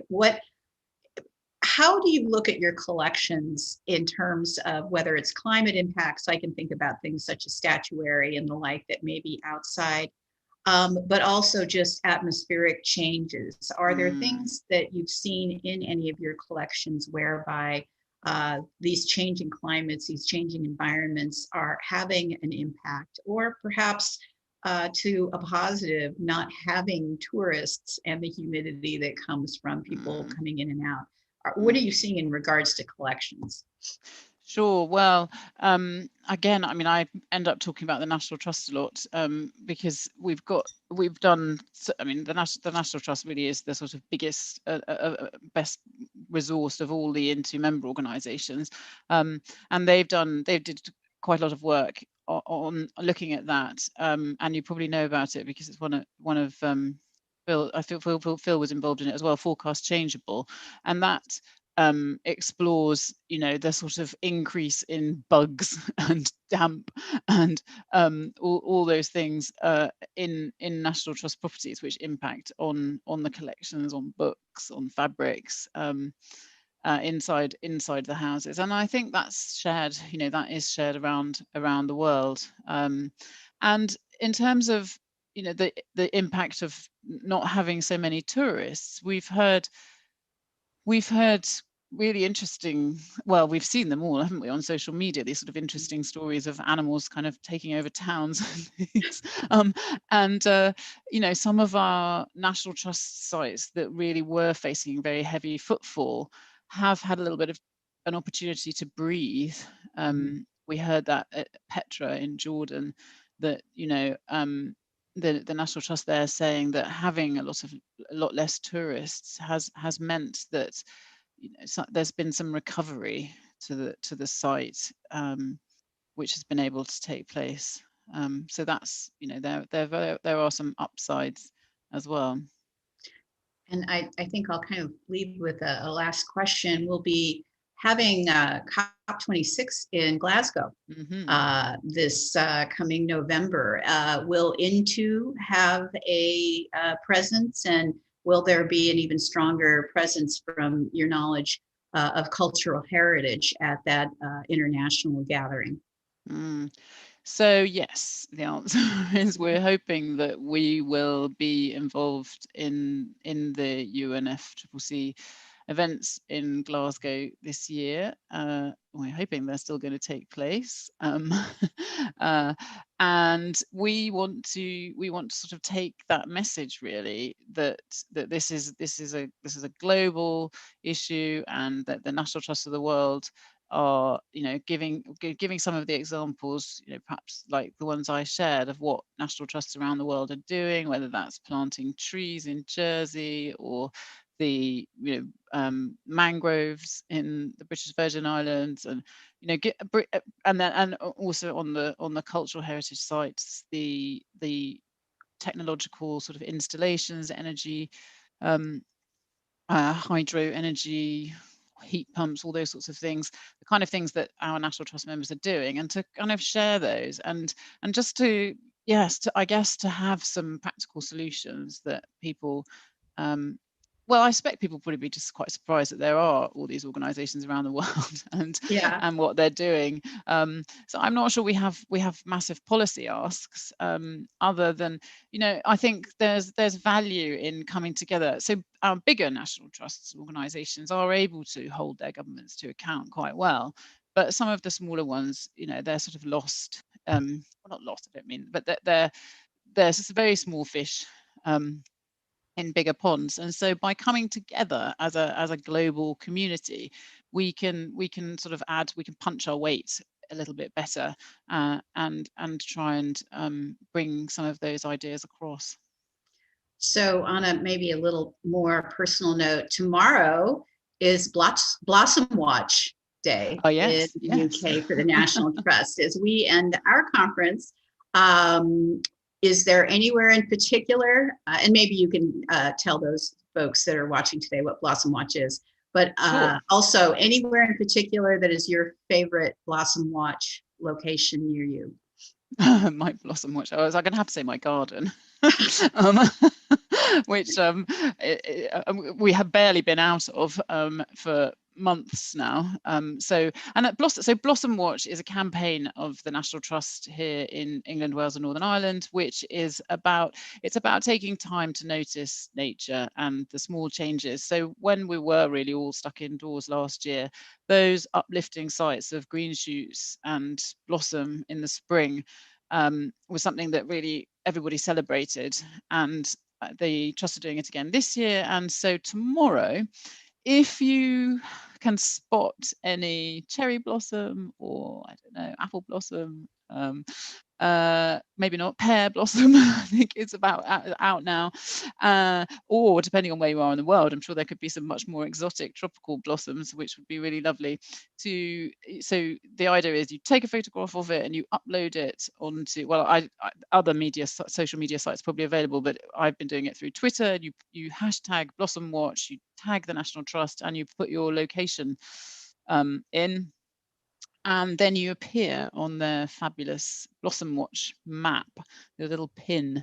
And what we really want to do is help globalize that map tomorrow, when everybody sort of puts their pictures of uplifting blossom onto the site. So yeah, your help with that would be amazing. Thank you. Well, I think that's a terrific initiative. And again, globally connecting us on all of these issues and why it's so important to respect and nurture our natural and cultural heritage is what this is all about. So Catherine, thank you very much for joining us and for being a champ and taking on the full hour with me. And we haven't done that, of course. Yeah, I do look forward to tomorrow's public policy panel. It should be a very fascinating discussion. Yes. And enjoy the rest of your day, and happy Blossom Watch Day. Oh, thank you so much, Lisa. Thank you very much for inviting me. And I'm sorry for that bit. Just I had a small child come and look at me over my computer, and I completely forgot what I was talking about. I do apologize. That will happen. So. Well, thank you. Thank you very much again. And thanks to our participants for sticking with us for this full hour. We will take a 15-minute break and we will be back again. So thank you all. Thank you. Bye-bye. Bye.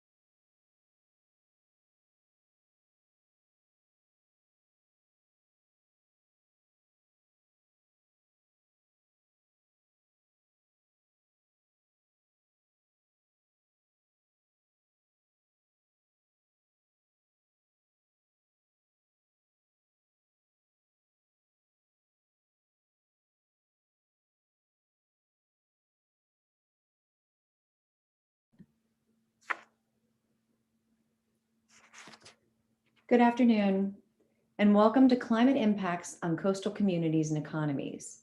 My name is Karen Timer-Brown, and I'll be moderating this session. I would like to welcome our two speakers, Aaron Seecamp of North Carolina State University and Catherine Burgess of the Urban Land Institute. And thanks to all of you for joining us for this discussion. I'm the VP of Preservation at Historic Annapolis, and we're a preservation advocacy and education nonprofit based in the Historic District of Annapolis, Maryland.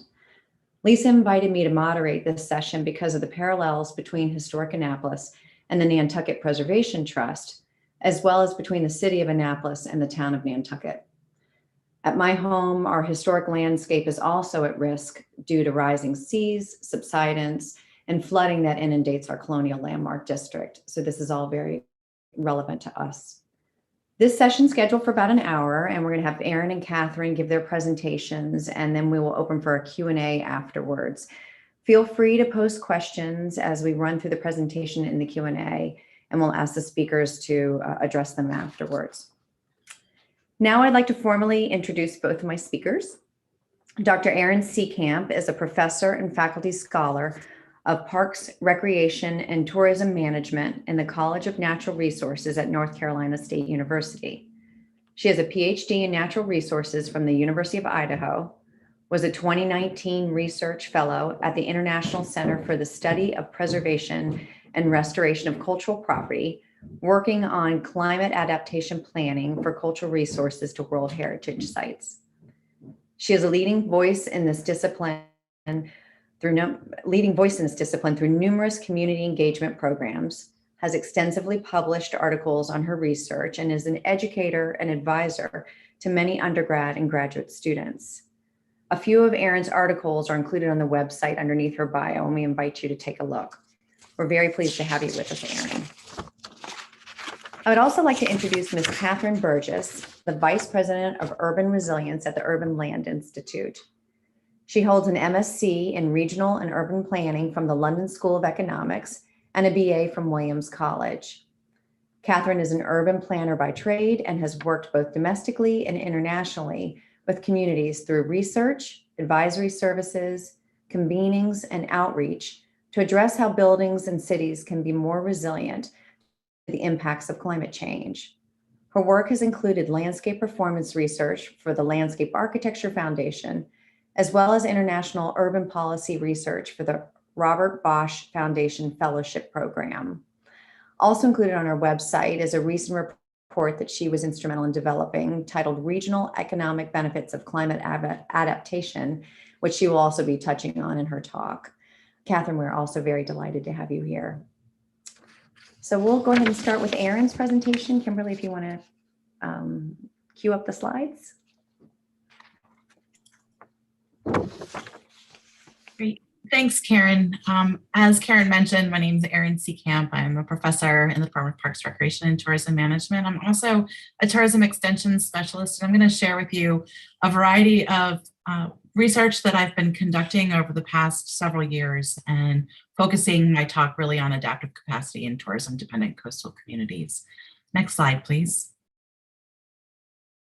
Brief overview of what I'm going to talk today is really focusing on the challenges that face tourism-dependent coastal communities in terms of thinking about alternative and creative funding, resilience, and recovery strategies, maintaining access not just to remote island locations, but once you're on those remote locations to be able to maintain transportation throughout the region or the destination. Talk a little bit about housing equity in these types of locations, the need to promote community well-being when we're thinking about resilience planning, and also the inclusion of enhancing heritage values in that work. Next slide, please. So how do we fund resilience? Well, typically federal and state responses, as many of you are aware, focus a lot on subsidized resilience in tourist destinations and urban areas that really focus a lot on hardening structures that shift erosion patterns, but we're seeing more and more depletion of available funds, and that will continue into the future. In more rural areas and in poor areas, what we're seeing more of and will be seeing more of is buyouts, relocation, and retreat as the feasible strategies that are being suggested. However, what these two strategies don't account for when they're thought about separately is the fact that a lot of those shifting erosion patterns that occur from any kind of engineering structural defense really starts to impact other areas that have natural defense mechanisms like wetlands. And one of the things a former doctoral student of mine, Matt Georgonis, and I are advocating for is the need to start thinking about a coastal commons where ecosystem integrity is considered a common pool resource and therefore protected as such.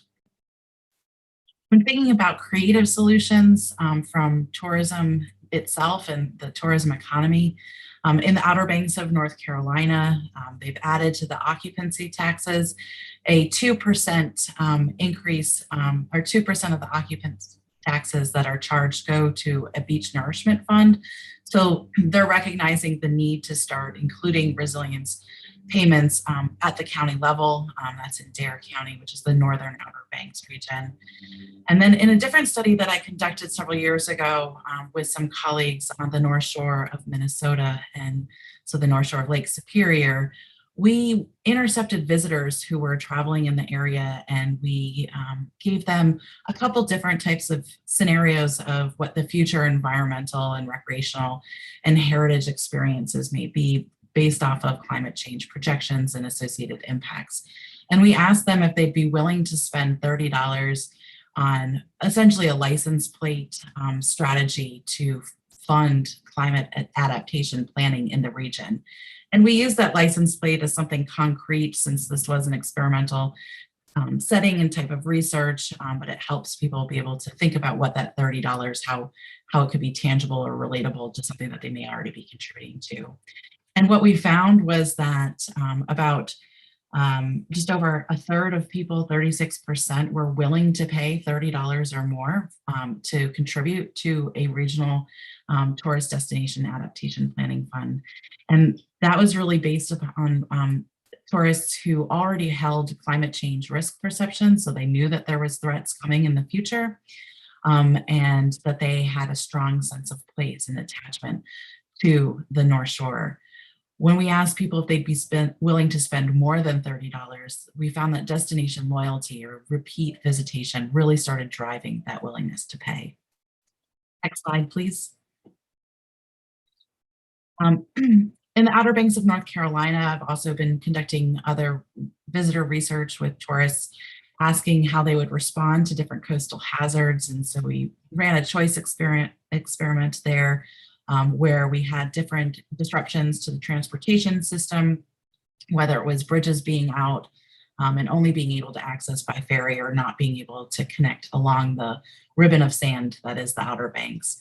Also looking at increases in the occupancy taxes for that beach nourishment component in that beach nourishment fund, looking at beach width and looking also at the prevalence of a nourishment project being at their primary destination. And what we found was that transportation was the #1 driver, followed by taxes and then beach width. Access. And for transportation, it was really the connectivity once you've been able to access a place that was driving it. And what you can see there is a picture of the bridge over the Oregon Inlet that they've just completed a multi-year project that cost over $250 million to complete. This research supports that may have been a good investment. There's other information to consider as well. We also asked these visitors if they would cancel their trip if they encountered any of these coastal hazards or couldn't access the Outer Banks if any of these coastal hazards would influence their decision to cancel their trip. And 14% that said that yes, they would cancel their trip, and 33% were undecided. So that's nearly 50% of the tourism revenue that could be at jeopardy with coastal hazards. Other things that we examined were whether they would substitute the Outer Banks with some other types of locations if they weren't able to access it due to the impact from a coastal hazard, and in-state residents, so they'd go to other beaches within state, out-of-state residents who had higher income typically said that they would go to beaches outside of North Carolina for their vacation, and those who would permanently substitute, which means they would not go back to the Outer Banks in the future, had really low place attachment. So it's demonstrating the need to build that sense of place amongst tourists to try to mitigate some of these concerns with a revenue base in the future. Next slide, please. We're also currently working on a project that's funded by the National Science Foundation. My colleague Whitney Nolenberg is the principal investigator on it. We're looking at post-Hurricane Dorian recovery decisions within the tourism sector on Ocracoke Island and Hatteras in North Carolina's Outer Banks. And what we're finding is that there's a lack of information and resources being coordinated, and that they typically have to reinvent the wheel anytime a hazard is experienced. And now where we're finding a difference with that is in the community of Hatteras, where they're starting to develop some pretty strong community-led recovery groups who are also now starting to focus on resilience planning as well. Because what they're finding is that resilience planning is really being thrown on the backs of residents in these pretty low population communities, that there's limited housing stock and a lot of short-term thinking. My apologies, it is pollen season here and my allergies are rearing up. So one of the things that compounded some of these recovery decisions was the COVID-19 pandemic, and that's where that short-term thinking is really coming in. So what we saw was that initially there was a lot of concern about the tourism economy for the 2020 season, but as soon as access was opened up again, then we saw a boom of tourism out to these destinations where a lot of the houses that had been damaged were just getting repaired as quickly as possible because of the demand in rentals and long-term rentals as well, as people are able to work remotely. But there was limited housing stock to begin with to support the service industry that tourism really is all about. So low income wages, there's not really a lot of affordable housing to support that staff. And then it got even more limited as there was housing issues from the damage and destruction that occurred with Hurricane Dorian. And also there was limited housing stock to start bringing crews to the islands to make those repairs that were necessary. Next slide, please. Another project that we've been working on is trying to figure out how to work with communities and help them build their adaptive capacity. And so what we have developed, again, this is my former doctoral student, Matt Georgianas's work, thinking about adaptive capacity as a sliding scale between perceiving your community as being vulnerable to physical exposures from climate change or being resilient to them. And we hosted conversations where first we brought in an extension specialist from North Carolina State Sea Grant to be able to provide some climate change information.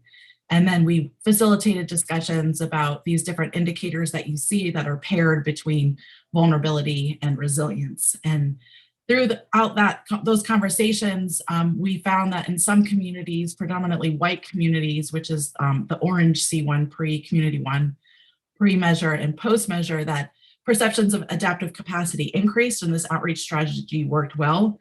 But in the community 2, which is the green bars there, we saw that their perceptions of adaptive capacity actually declined and they became felt they were more vulnerable following these, which really indicates that different types of strategies are needed. That second community was a community of color that is focusing on lots of risks from flooding and recurrent flooding. They hadn't really heard of climate change before. Nobody had ever provided that information to them. And it really attenuated the risks that they already felt. And they felt that due to the fact that they're an aging population, that they're really losing the ability to adapt in the future. And that the strategies that are being recommended, which is relocation of themselves, not their homes, to a different area, so through forced migration, isn't really something that's suitable for them because of their reliance on each other. And so if you get rental advices to find a place to rent somewhere else, there is nowhere else within their community to rent, and they rely on each other for day-to-day living. Next slide, please. So another question that I've been asking with my team is, how do we maintain the continuity of heritage in the face of this? Heritage resources are drivers for tourism. These are some images here at Cape Lookout National Seashore, which is just south of Ocracoke Island in North Carolina. And you can see these are post-Dorian flooding images. So know that this was when people were able to safely access this particular island, which is North Core Banks and Portsmouth Village, which is a historic district located on the, or listed on the National Register. And what we see here is that there's some tough choices that are going to be facing managers here and people who hold deep connections to these resources, as well as the potential for visitation and the booming of a tourism economy in external communities. Next slide, please. So one of the things that we've been doing with the National Park Service is trying to figure out how to prioritize among significant buildings when they're all listed on the National Register. This work here is work that I did with Sandra Fatrick, who is unable to be in the last panel. And so at least some of her research is represented here today. And so really what she and I focused on was trying to build a measurement model that can help assign different values to buildings, so that when you're trying to identify which ones to prioritize for adaptation actions and investments, that you're doing so in a transparent way that focuses on values. And so those numbers that you see, for example, under the historical significant red box and the use potential orange block, are weights that get assigned to the metrics that are combined from those that come from below them. So essentially, this is saying that historical significance is 2 times as important as use potential. So once this information is gathered, you can get a prioritization ranking list, which could also be integrated with vulnerability data, so that you're not just considering those that are most significant, but also those that are most vulnerable. And that's following policy guidelines from the National Park Service. One of the things to note here is that the way that we design this measurement framework, it should be locally adaptable.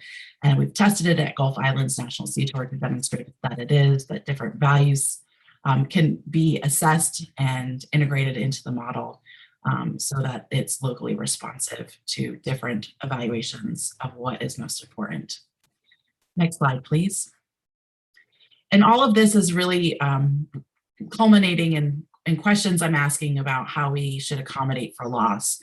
And this idea of transformative continuity was something that I've worked on during my fellowship with ECROM. And basically, historic preservation has focused traditionally on engineering concept of resilience, in which we want things to persist as they are with the materials as closely aligned as possible to what's there. So you see there's that cup, and at the bottom is a black ball. That black ball represents the state of time in which a place was designated, or a building, for example, was designated. And as disruptions happen or impacts occur, it moves within that cup, but we're always trying to continually bring it back to that same steady state. But what I'm advocating for is that heritage preservation takes on this ecological concept of resilience, where we can start allowing for adaptation as accommodating for loss, and thinking about not just anticipatory adaptation, so elevating our moving buildings, but also autonomous. So as impacts are realized, that adaptation can be re-envisioned and restructured. And the idea behind all of this is that what needs to happen is to center communities at the center of these discussions who are associated with the resources, who have these values, because part of what's going to need to happen, since there aren't enough financial resources to effectively adapt in a persistent way, or even in an anticipatory way, but we need to allow for some places to transform so that our values may not just be tied to the tangible place, but become more intangible as time moves on. Next slide, please. So the key takeaways for Resilient Nantucket from the research that I've been conducting is that funding for resilience and recovery efforts need to also be thinking about protecting ecological defenses and at the same time planning for marsh migration to occur, promoting that sense of place among tourists, that when you're thinking about maintaining access, not just to the island itself, but also being able to maintain transportation corridors around the island itself as well. And ensuring housing equity, we want to make sure that you can safeguard a workforce. And to do that, you need to be able to provide affordable housing, and that recovery efforts need to really happen with the next hazard in mind and not just with the potential revenue if you rebuild as quickly as possible. Promoting community well-being is really critical as thinking about resilience is there. We need to think about the people who live, work, and recreate in these areas. We want to enhance social cohesion among community members. It helps build that adaptive capacity, diversifying livelihoods, so maybe not only being reliant on tourism as a primary generator for livelihoods. And engaging younger generations is going to be really critical to ensure that continuity happens throughout time.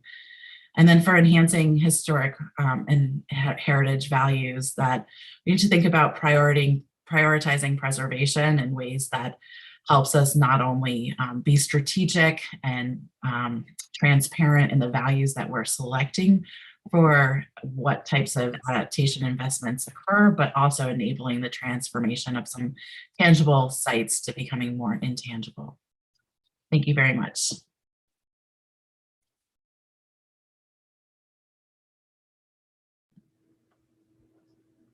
Okay, and I can turn it on over now to Catherine, who's going to be speaking on behalf of the Urban Land Institute. Great. Thank you so much, Karen. And thank you, Erin, for kicking us off with your research. I really learned a lot hearing about everything that you've been working on. So I'm here today to share the Urban Land Institute's recent work on climate risk, adaptation, and the business case for investing in resilience for coastal communities. My name's Catherine Burgess, and I run the Urban Resilience Program at the Urban Land Institute. And before I get started, I'll share, I was especially excited to get this invitation because I have a personal connection to Nantucket. As a college student, I got a summer job SAT tutoring. It provided housing. I had the opportunity to live there for the summer and also got a second job waitressing. So working hard on the SAT was definitely worth it because it meant that I had the opportunity to experience your beautiful community. And I think that it's really exciting that you're having the conversation and doing this work on climate adaptation to move forward and face, the significant risks that we all face from the impacts of climate change. So anyway, thanks for letting me reminisce for a second. And if Vincent's Restaurant is still there, that was a great place when I was a waitress. So let me get started to share the Urban Land Institute's recent and continuing urban resilience work. You'll see an image here of a group of our members looking at a parking lot in Annapolis, Maryland on a sunny day, flooding day. So this is not affiliated with a storm event. You'll see how the water has come right up into the historic core of downtown. Our program's focused on trying to better understand what cities, buildings, and communities can do to better prepare for climate impacts like flooding, extreme heat, wildfire risk, drought, and the many other risks that also have so many social and economic impacts. We're also focused on what the real estate, design, and development communities can do to better adapt and also to recognize climate risk. Next slide. For those who aren't familiar with ULI, I'll share a little background, especially since you'll also be hearing from my colleague Monica Bowman tomorrow. We're a global membership organization with about 45,000 members around the world who are all professionals in the real estate and land use sectors. And our work is focused, the resilience program's work is focused, as I've said already, on how to be more prepared for the impacts of climate change. And there's a special focus on strategies for implementation and finance, given the role that our members play, in building and constructing development projects, infrastructure, and housing. We often work locally with local ULI district councils, and the closest one for Nantucket is ULI New England, based in Boston. Next slide. So much of our recent research has focused on the concept of climate risk. And I'm sharing this for this economic development panel because the concept of climate risk, I think, is really key to understanding when you're thinking about what the long-term prospects and opportunities are for investment in a coastal community. So breaking it down from the real estate perspective, climate risk, which is the financial risks faced due to climate change, can include both physical risk and transition risk. The physical risks relates to damages from catastrophic events, storms, heat waves, wildfires, et cetera, and can also relate to damages from long-term changes in weather patterns, whether that and whether these costs arise from damages, increased insurance, et cetera. Next, there's a much larger and often more difficult to measure category called transition risk. This is looking at what the transition costs will be from our transition towards a low carbon economy. So looking at everything from longer term changes in market dynamics to increased policy and regulatory requirements and the cost of meeting these requirements, to resource availability, and to reputational and market positioning issues. So we're seeing our members within ULI think about both physical and transition risks, and they're often finding it easier to get their head around the physical risk that is faced on account of climate change. And transition risk poses, in some cases, a more immediate threat in some markets, depending on what the regulatory environment is. Next slide. So among the real estate developers and investors that we work with at ULI, what we're seeing is first an increased recognition of this concept of climate risk, that it's not a sort of a future issue, that it's an issue that many are facing today. One key way that many are approaching this is starting to assess and study their real estate portfolios for what the future climate impacts will be. This would look at everything from flood risk to extreme heat, wildfire risk, et cetera, looking at current risk and anticipated future risk. We're all seeing an increased interest in resilient design, everything from building elevation to dry flood proofing, methods for reducing extreme heat, and plenty of strategies for design of public spaces that will both reduce the impacts of climate change, but also provide pleasant recreational amenity spaces. And in many cases now, these resilient design investments are no longer seen as just a nice to have, they're a need to have, and they need to be priced into a project at the front end to know that the project is viable. Within our membership, we're also seeing an increased recognition that the current insurance landscape is likely to shift significantly in coming years, as well as federal disaster relief policy. It's unlikely that the extent of federal support that's available today will be available in perpetuity. And there's also an increased recognition of likely future disclosure requirements around climate risk. So all of these issues are really driving an increased recognition of the likely financial and planning and real estate impacts from climate change. And with that, an increased focus on city resilience policy and on better understanding what types of policies and infrastructural investments are in place in markets where our members work. Next slide. So when we started researching climate risk, which is about 3 years ago, we are starting to see our members make the decision to map and determine the likely physical impacts for their real estate portfolios and for future acquisitions. Right now, we see a very strong understanding of this type of what we call asset level risk and resilience, both an understanding of what the climate impacts are on a site or in a larger community on a site, and what the potential mitigation methods are, whether those are at the building level or at a just sort of district scale. We're now seeing an improving understanding and much more interest in this concept of market level risk. Now, what does a larger city, town, or community face in terms of climate impacts? What could the risks be, not only to one site, but to the larger community as a functioning economic ecosystem? And this approach recognizes, that if a building is resilient, it's really doesn't do everything it needs to do if people can't get there to go to work or can't get home, if the roads are blocked, et cetera. So there's an increased interest in understanding this, and more, there's great data and mapping that is out there on this topic. However, from our membership, we're not yet seeing a real understanding yet in how to quantify market level resilience. There's more and more understanding of what different markets or communities might face in terms of climate risk, but there is not much of an understanding on how communities' investment in infrastructure, decision to put policies in place which require buildings to be more prepared, could ultimately reduce the risk that's faced. And I think there's an interest in the membership in the industry to better understand what that ratio is. What is the amount of preparedness that's needed for the risk that's faced? Which communities are getting out ahead of these very extensive risks that we all face in terms of coastal issues. Next slide. So as our members and others are trying to better understand and categorize and consider the different actions that markets and local governments can take to address climate change, starting to look at different types of actions, everything from understanding what the financial positions are of local government in terms of borrowing power, et cetera, what types of building codes are in place, how often are building codes revised, what types of climate impacts are buildings prepared for.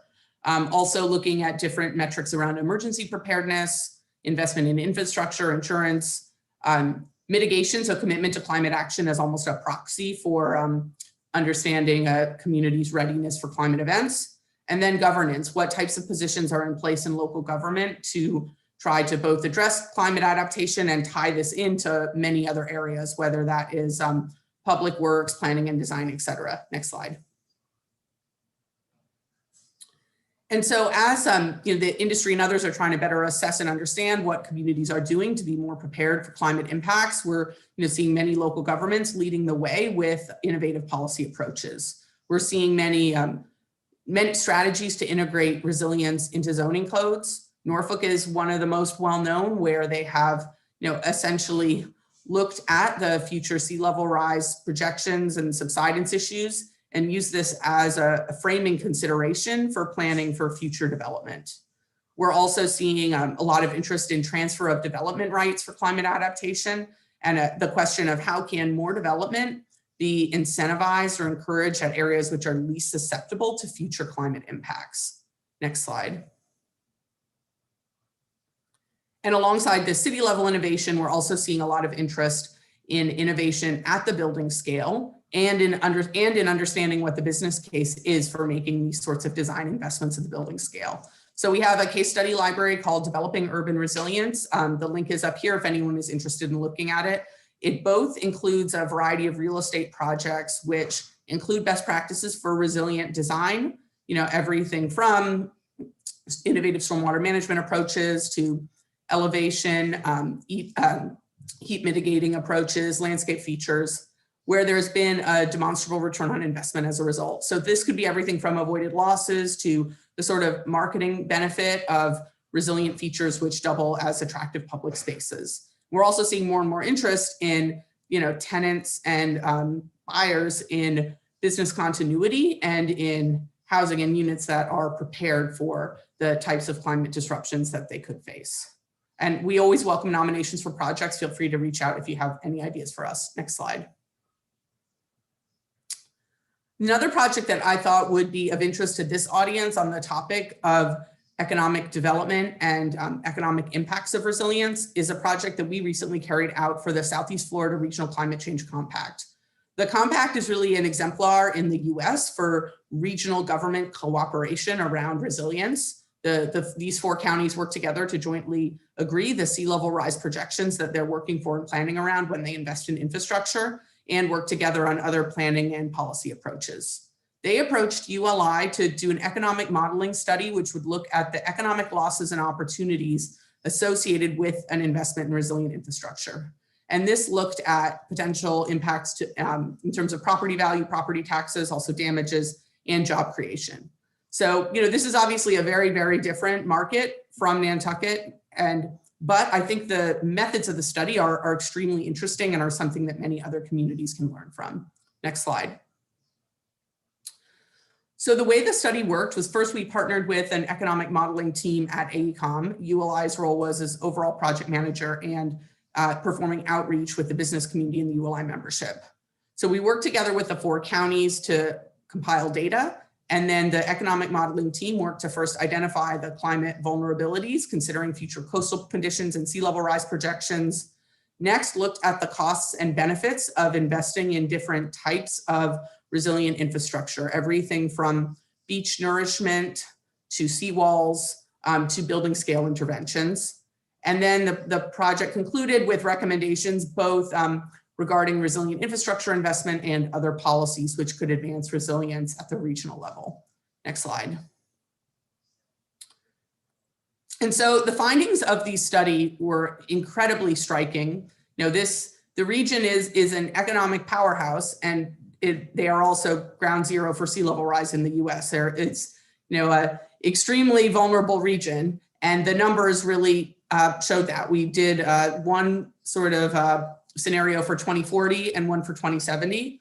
I'm not going to read out these numbers here, but you can see almost, you know, it's shocking for the impact reading these numbers and thinking about the impact not only from storms, but also from permanent rising sea levels, and thinking about not only property damage, but also job loss and impacts to local government budgets. Next slide. And here we have the even bigger numbers looking at 2070. So again, this is essentially a cost of doing nothing study. You know, what is at stake without an investment in resilient infrastructure and in a proactive approach to climate adaptation? Next slide. The study also broke the figures down county by county, and you know, each county has a very different economy, very different development typologies, and you know, different density and groupings of economic activity. So all of the counties had their own sort of individual cost benefit ratio and analysis, but I think a real purpose here for the study was to look regionally, thinking that each of these counties is only successful if they are all still you know, vibrant, active places for economic development, places where people are drawn to live and work. Next slide. So you'll see I moved from community level adaptation to building adaptation. The study looked not only at sort of the numbers across for the 4 counties, but also broke down the methods, considering both community scale investments in resilience and building scale investments in resilience. Next slide. And the headline findings, you know, which are actually in very easy to remember and package numbers, was that the study found there was a 2-to-1 benefit cost ratio for community-wide adaptation. This included measures like seawalls, beach nourishment, dune restoration, and then a 4-to-1 benefit cost ratio for building level adaptation. This was looking at floodproofing and elevation along with other methods. So a very compelling business case for either strategy. This certainly wasn't known going into the study. And an especially compelling case for building scale adaptation and for the you know, for municipalities to continue to incentivize and require resilient design. Next slide. And I put this, the link is at the bottom here. I'd be happy to drop it into the chat as well. This is a 40-page study derived from a 170-page economic modeling analysis. So if anyone is interested, I encourage you to take a look at the material because it's all publicly available. So here are a few takeaways for Resilient Nantucket and for the dialogue you all are having over the next few days. First, from the work in Southeast Florida and also the work in other communities nationwide, we're seeing that it's critical to both find strategies to adapt at the community scale, considering investments in infrastructure and changes in policy, and at the building scale.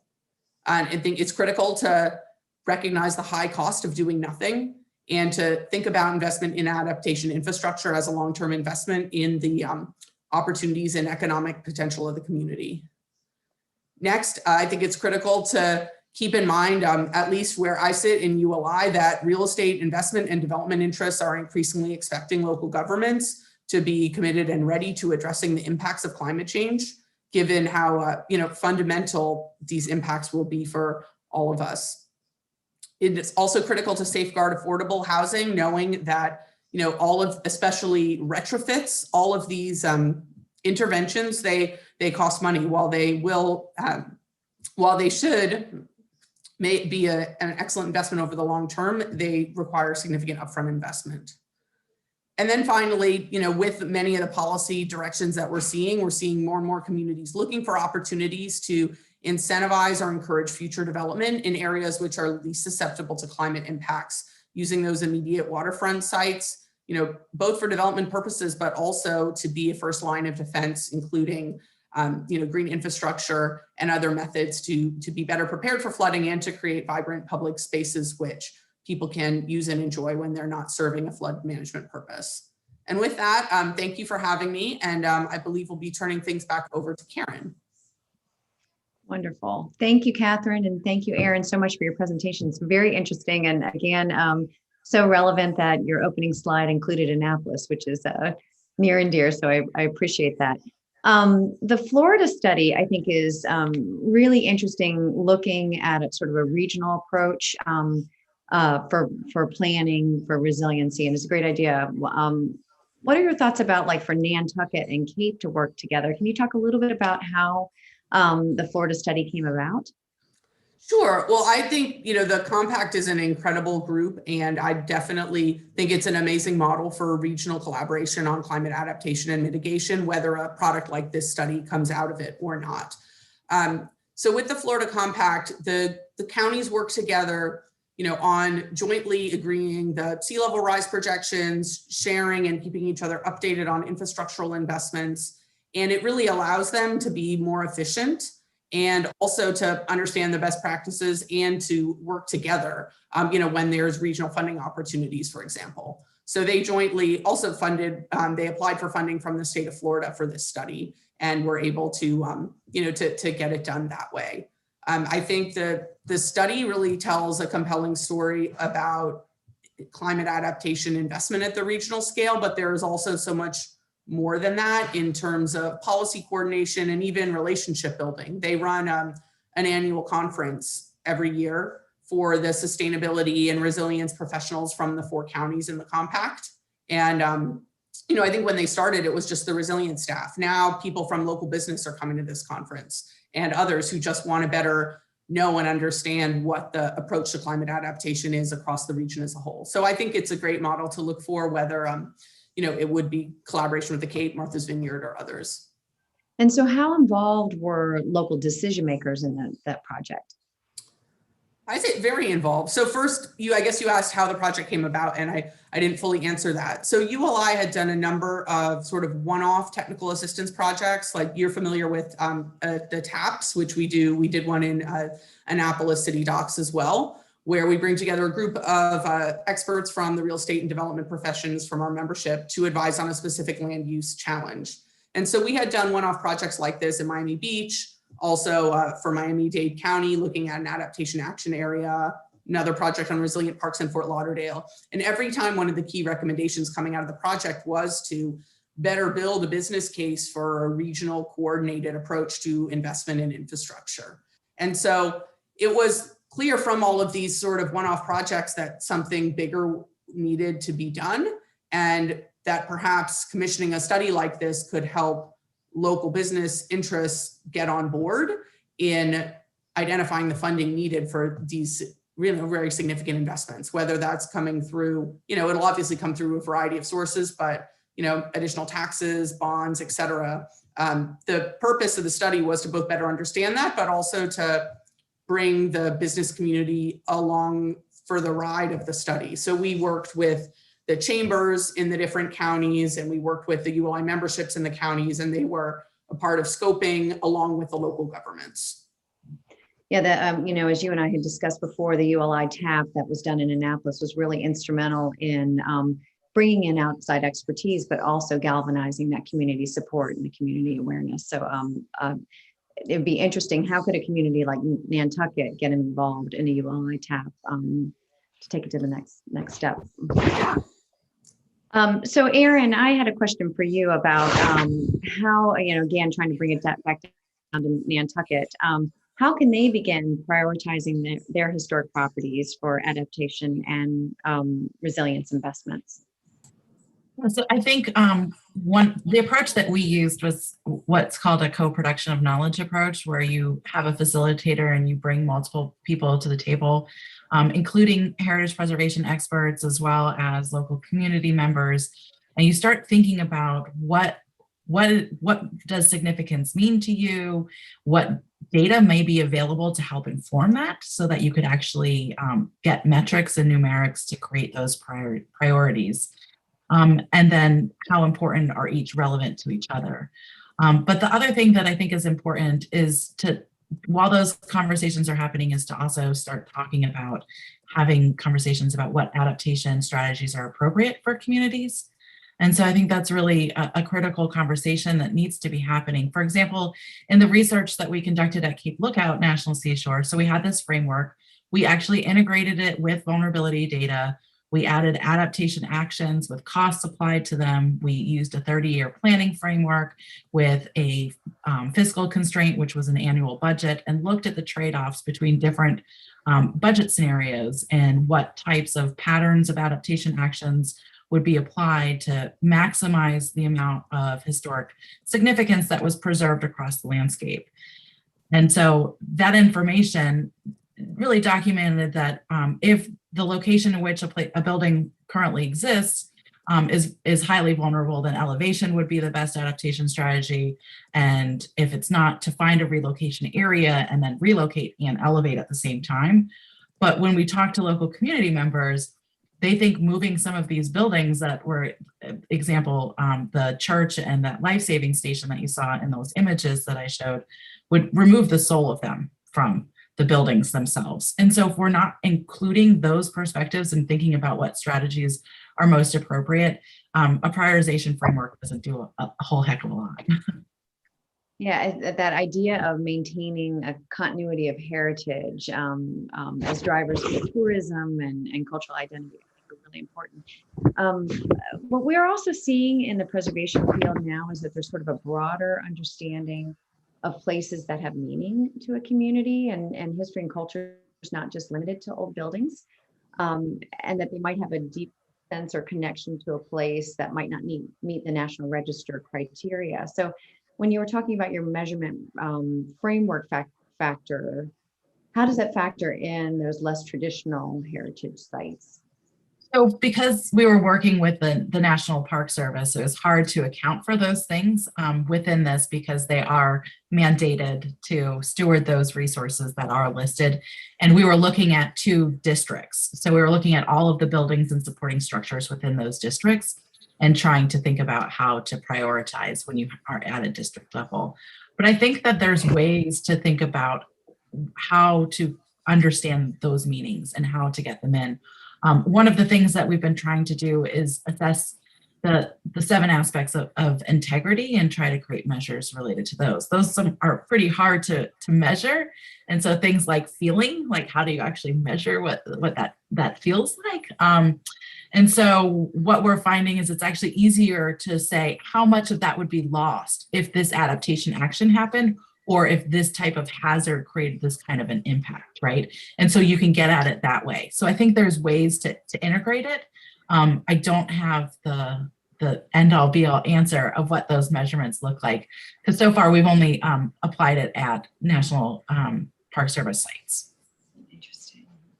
So do you believe that the direction of the Park Service, based on your experience, regarding, as like Tony said, realigning and perhaps not relocating every lighthouse? Yeah, so the conversations that we had, well, so the Cape Lookout Lighthouse is one in which when we started these conversations, the current superintendent at the time said, this isn't going to be moved like the Cape Hatteras Lighthouse was. That was, the funding for that was a rider on an appropriations bill. We're not seeing that kind of funding available coming from federal sources for these types of adaptation actions. It's going to be philanthropic work. So in the current superintendent at Cape Lookout National Seashore, in making recovery decisions after Hurricane Dorian, a team came through and assessed and had, I think, about 7 buildings on a list to be demolished. And he worked very hard with local partners and with some philanthropic resources that he has access to, has taken a keen interest there to remove that down to about 2. And so they're also thinking about new ways of adapting some of those buildings, kind of like what Tony was talking about before. So some of them, they're not replacing the windows, right? Because it's so costly to do so in a historic way. They're actually creating, they're putting plywood up and painting them black so that if you're in the landscape, it has a feeling that it should, but that you're not making that level of investment as because it's projected to flood again in the future. They're also reintroducing these trap doors to these buildings that used to be there. And so when the stormwaters come, the trap doors get popped open, and that way it's not moved off of its foundation. So lots of the buildings were moved off their foundation because in different preservation actions in the past, they removed those trap doors. So interesting. It goes back to that idea that we are stewards of these properties that was mentioned earlier today. Well, I guess this is a question for both of you as we close out. If you had to prioritize all your takeaways, what would you recommend is probably the most pressing for Nantucket? No, that's a tough one. That's definitely a tough one. But I know working with Lisa Craig, you are working with a true leader who's both able to see the big picture for climate adaptation and work on building a coalition around it, bringing people together, both to plan together and to identify different funding sources. So, I'd say both the recognition of the extent of the climate crisis and the impacts that are faced, planning, and then working together to identify the funding, because the funding isn't necessarily, there are many pieces of the puzzle. It's not going to be a single source for anything. One thing I wanted to add, by the way, too, just as you're talking about the detail, I love hearing the details about the decisions around windows, taking any of these big ideas and then also thinking about what are the more immediate tactical ideas, which could embed resilience planning in all of the other decisions that you're making. In one of these South Florida projects, a key takeaway was bringing resilience and water management experts onto the Historic Preservation Review Board in Miami Beach. And so I don't know if that's something that Nantucket has ever considered, but anyway, that was a sort of very quick tactical decision that the city made to open up 2 seats for these sorts of resilience experts, which has the potential to have a real longer term effect on the way of thinking and the strategizing. That's a great suggestion. Great suggestion for Annapolis. Erin, Yeah. any final thoughts? I have a couple thoughts. One thing I think that kind of links multiple things that we've heard today, I listened in yesterday too, and that comes to documentation of these resources. And so when we think about documentation, that often requires a lot of funding, but one of the things that some of my research is trying to demonstrate is the need to engage youth that helps maintain those heritage connections throughout multiple generations. But having creative ways of youth documenting things before they're impacted that can also be used as ways to get the tourists to become more connected to the resources of Nantucket and the place of Nantucket, so that you can have them as one other source to fund any kind of adaptation initiatives that are put in place. Great points. Great points. Well, thank you both so much for everything, for your time and all the research and work that you're doing. It's very impactful and a great contributor to the field. So again, I think thank you all for being here, and we're about ready to close up. I guess we'll reconvene in about 15 minutes. Take care.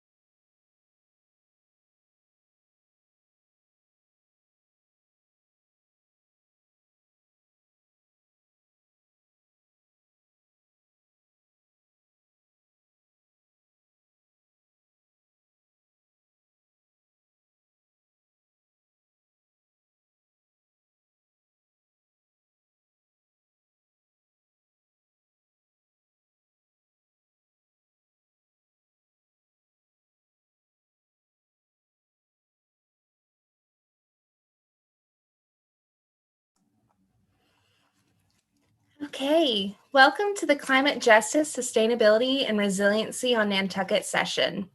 I am Kimberly Rose with the Lisa Craig Group and your moderator for this session. As the town turns to addressing climate change, sustainability, sea level rise, and erosion, it is important to ensure that the approaches are equitable for all, and we consider the impacts for all communities on the island. This session will begin with Astrid Kaldis, who is Senior Climate Scientist at the Union of Concerned Scientists. Her research focuses not only on climate change adaptation and resilience with practical policy implications, but also on science communication, environmental justice, and equitable climate policies. Following Astrid is Holly Bacchus, who is the Preservation Planner and Hazard Mitigation Plan Coordinator for the town of Nantucket. Holly is highly involved in the town's resiliency and sustainability planning efforts, in addition to being staff liaison to the Nantucket Historic District Commission and the Nantucket Historical Commission. Last, but certainly not least, is Chuck Larson with the Town of Nantucket's Manager of Strategic Plant Projects. Chuck is a Massachusetts licensed civil engineer who works on a range of projects to advance practices for coastal resilience, sustainable planning, and adaptation for climate change and sea level rise. Thank you for attending this session. Please use the Q&A function, and we hope you enjoy. Astrid, if you would unmute your mic, the stage is yours when you're ready. And Karen, you have the slide deck if you would put those up as well. Thank you. Thank you. I'm ready. Thanks, Karen. I'm going to stay on the slide a little bit. Good afternoon, everybody. Afternoon, evening, morning. I don't know where everybody is, but on the East Coast of the United States, it's afternoon. Thanks for having me. I am going to speak a little bit about environmental justice, about working with disenfranchised communities, and a little bit of a case study. So to start, imagine that environmental justice is an umbrella, as we see here on this image. And sustaining this umbrella, you have various spokes: climate justice, immigration, food justice, transportation justice, clean air justice, clean water justice, and environmental racism. Next, please.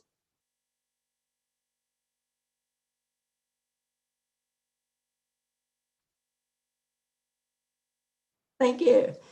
Environmental racism refers to the fact that, controlling for all other factors, race is the single most important determinant of who bears the burden of society's bad stuff. Pollution, climate impacts, housing, geographic location, you get it.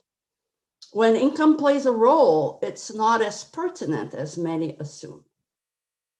Income is important, but both race and income matter, but race matters more than income. We can see that low-income white people are exposed to less pollution than even the highest income Blacks, Asians, and Hispanics. So it's not just a matter of income. African Americans are at higher risk because of structural practices. In the United States, communities of color, particularly African Americans, have been forced to live within certain boundaries, both real and imaginary. Policies and systems have existed that were designed to protect white privilege at the expense of communities of color, including actions where local, state, and federal policy mandated segregation existed. The environmental justice movement exists because of all these disparities. Next, please. So what is environmental justice? Environmental justice, or EJ for short, is a social justice grassroots movement that seeks to protect communities of color and low-income communities from being overburdened with impacts. Citizens of the different races and classes experience disparate environmental quality, directly affecting their public health and quality of life.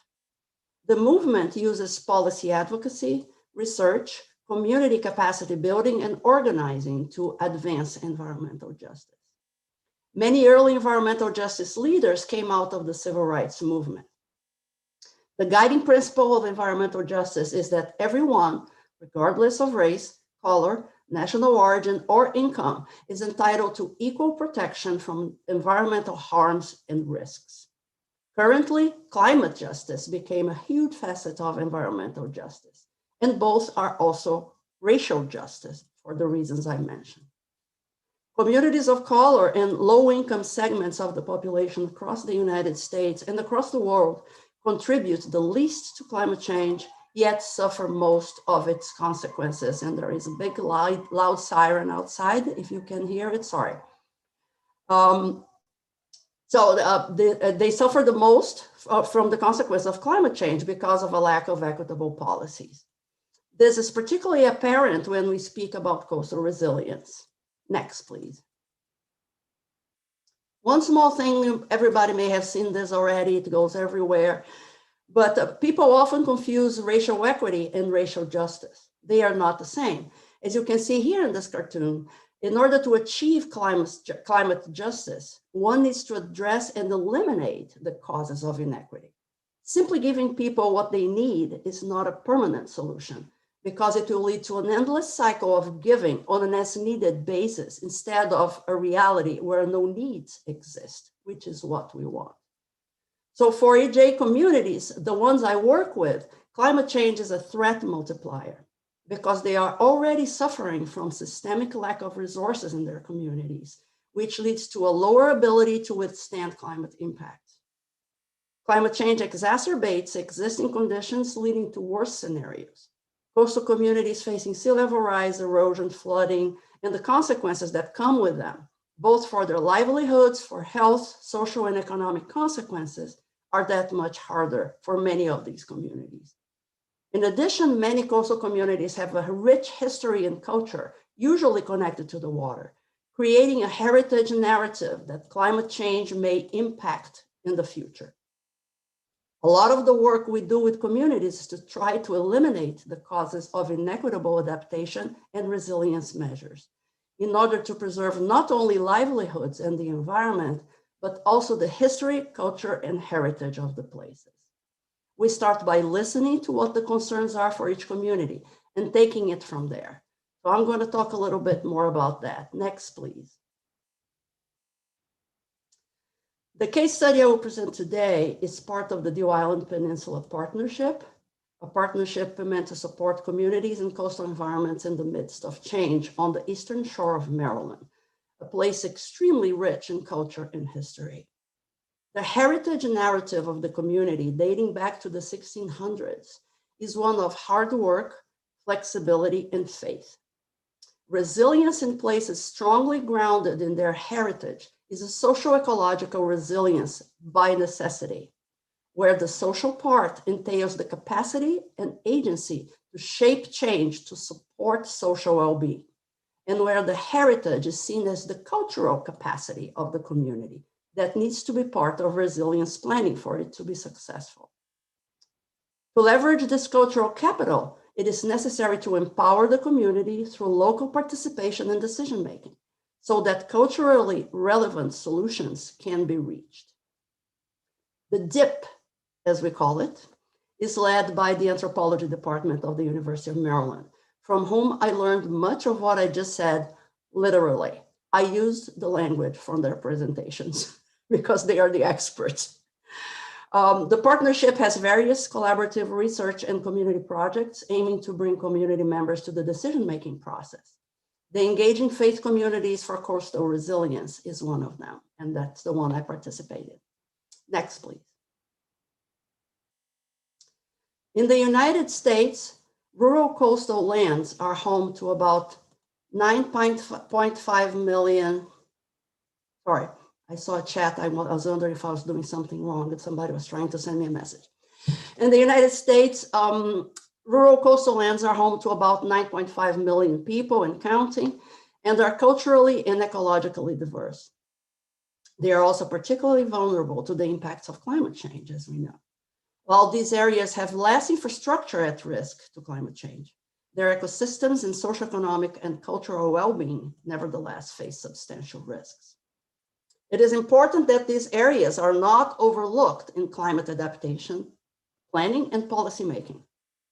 However, engaging small communities, particularly rural ones, in adaptation discussions is challenging.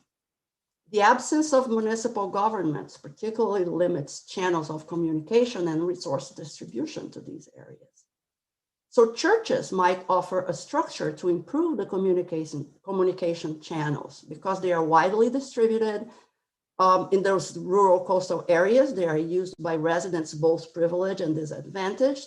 They're intimately familiar with community needs and local environmental changes. And last but not least, they are trusted social entities. Next, please. So our hypothesis was that rural coastal resilience to climate change could be enhanced by creating opportunities for government officials, for instance, emergency management managers, planners, technical service providers, decision makers, to interact with rural churches through a collaborative learning process. That's a process that enables everyone to teach and learn from each other. I would like to stress that this project would not have been possible without years of trust building from the part of the anthropology team. One team member bought a home on the island and started interaction with the community, discussing common concerns related to inundation and erosion. The issue of sea level rise and climate change, a controversial topic in this mostly conservative region, was not mentioned until later in the process when trust had been established and everyone was working together toward a common goal.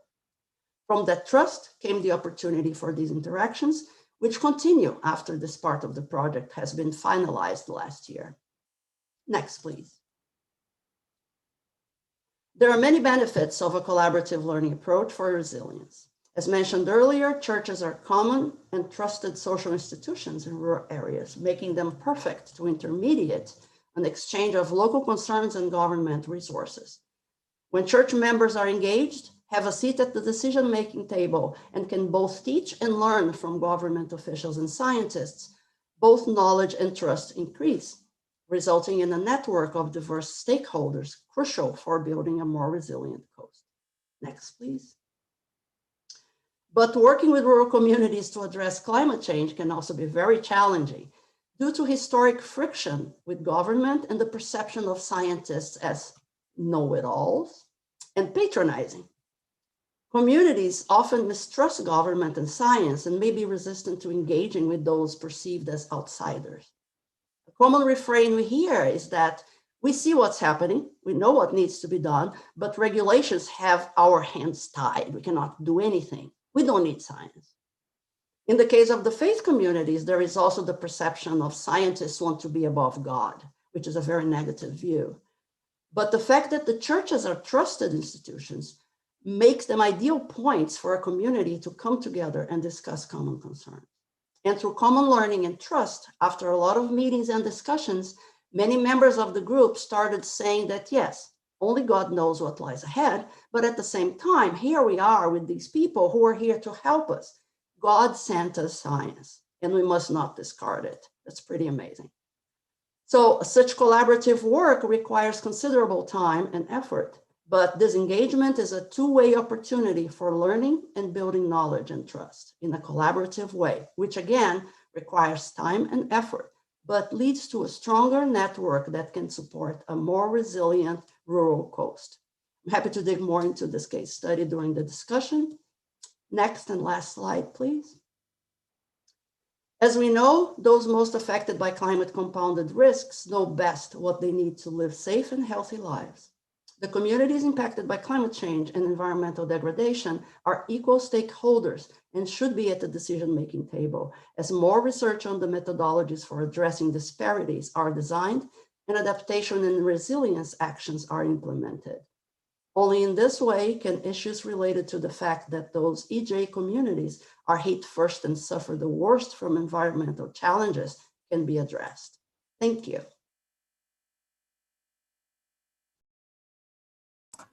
Thank you, Astrid, so much. That was really insightful. Holly, when you're ready, please unmute and share your screen.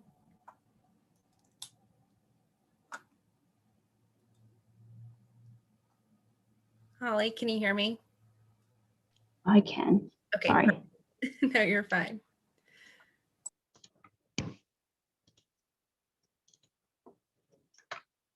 Do you see my screen? Sorry. Not yet. Sorry, guys. I do this every week too.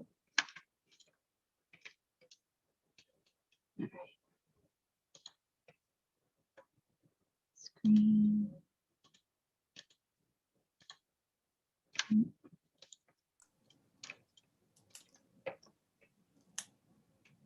My apologies. I'll get it right in a second.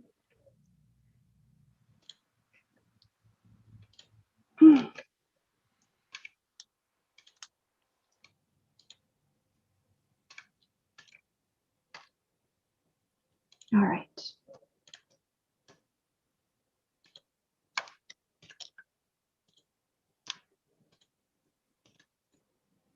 All right.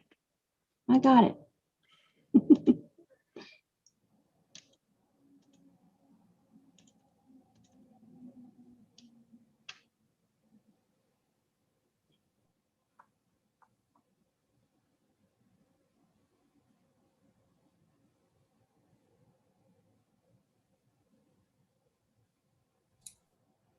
Bottom right corner.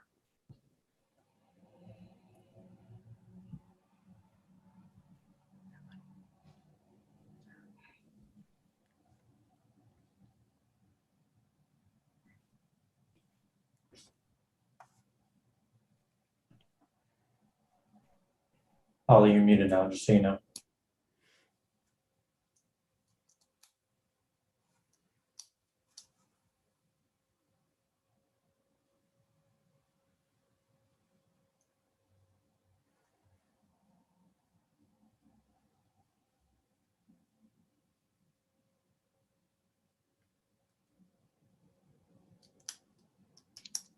Sorry, guys.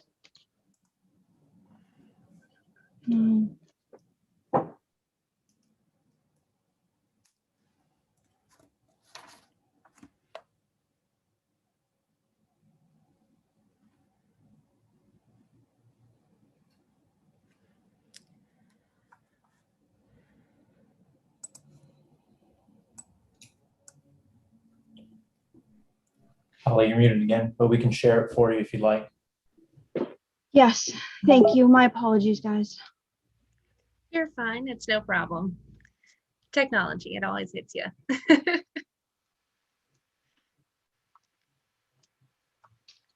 Thank you, Karen.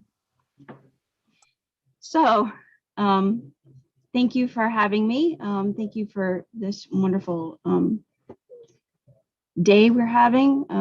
I'm here to talk about how do we plan for the protection of our cultural resources for our National Historic Landmark. Change the screen, please.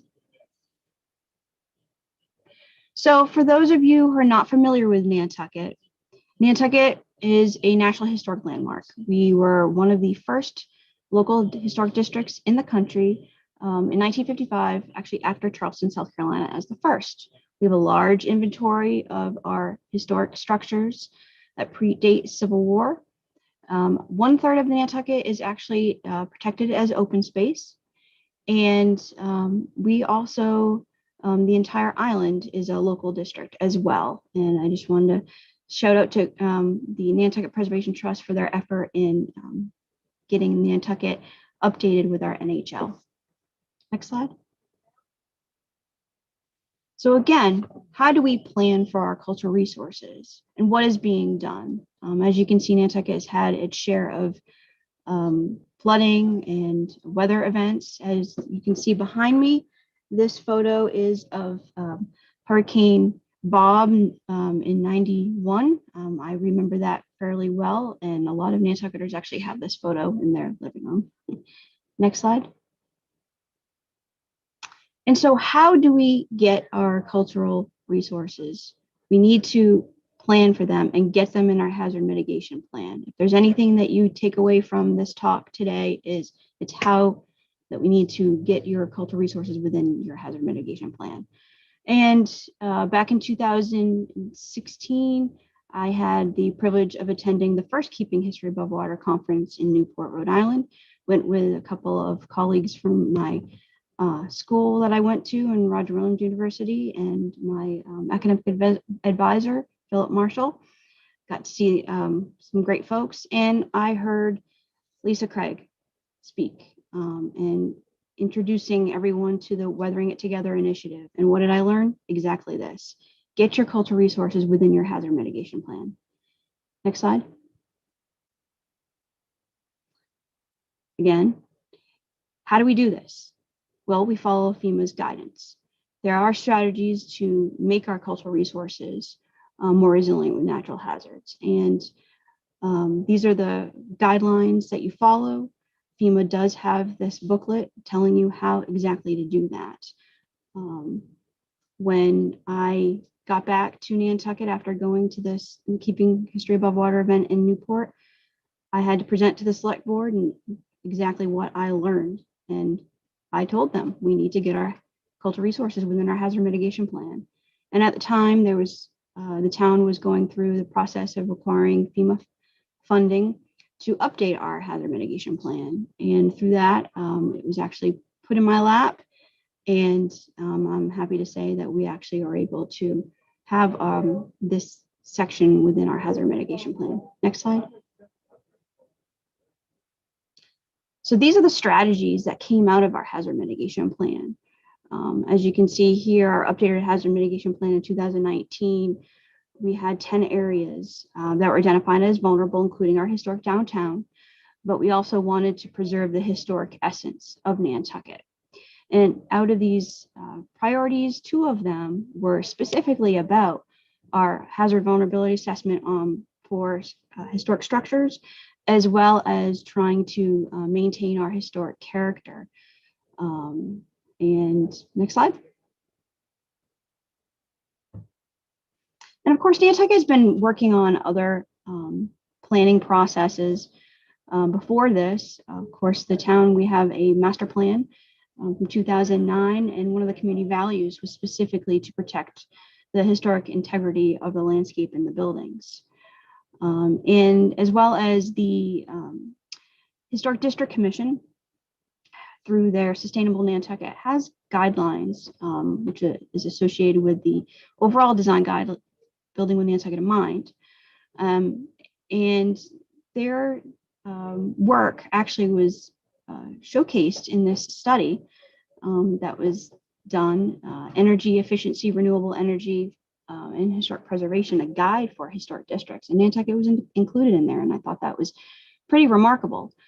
Also, the town of Nantucket's select board has a strategic plan where they emphasize sustainability and historic preservation, hazard mitigation, and the environment are also integral into that planning process. Next slide.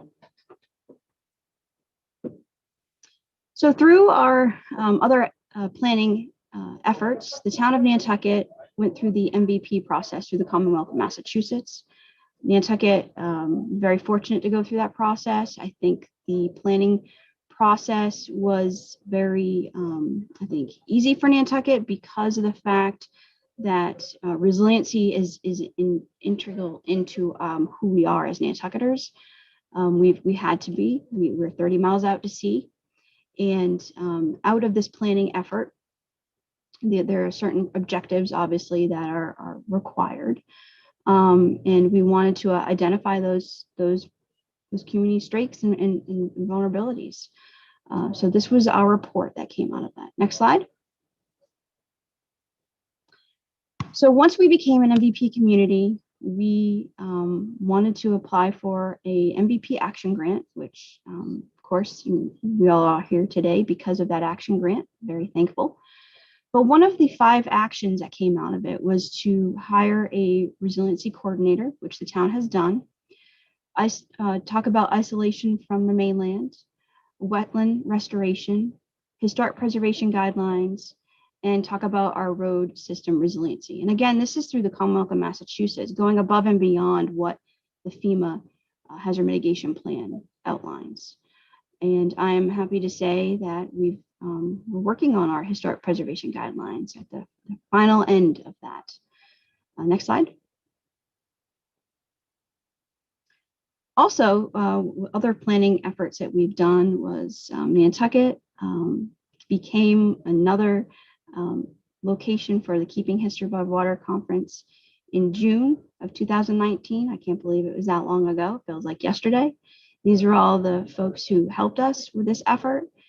And this was through a collaboration of public and private partnerships. And if there's one thing I've learned from Lisa is public and private partnerships are very important, especially in the world of resiliency and preservation combined.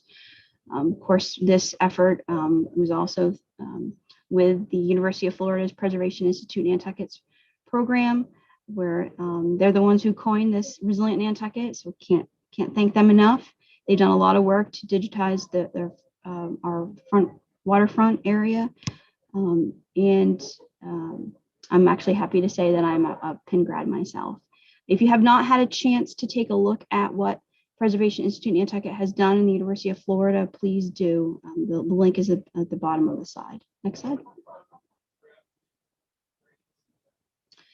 And out of that Keeping History Above Water conference, Lisa actually, who is one of our champions for that event, indicated a community values assessment. And one of the top, number one, out of that community values assessment was the Nantucket Historical Association. And the Nantucket Historical Association has been around since 1894. And they obviously hold a lot of different cultural resources on island, different properties. And one thing I thought was fantastic was, after talking to the facilities director for the NHA, I found out that they've actually been working on their own resiliency plan. What are they doing for those facilities that have actually experienced flooding? And as you can see here, there's actually two that are right down within flooding waters way, and we have one that was the Thomas Macy Warehouse. Thomas Macy Warehouse has obviously had its share of damage. This is a photo from the NHA's collection, digital collection, dated from 1944. Next slide. And so through this MVP Action Grant, and why we're all here with you today, we were able to have the report. We've updated the HMP. We had that program through a CZM grant and the Preservation Institute Nantucket's program.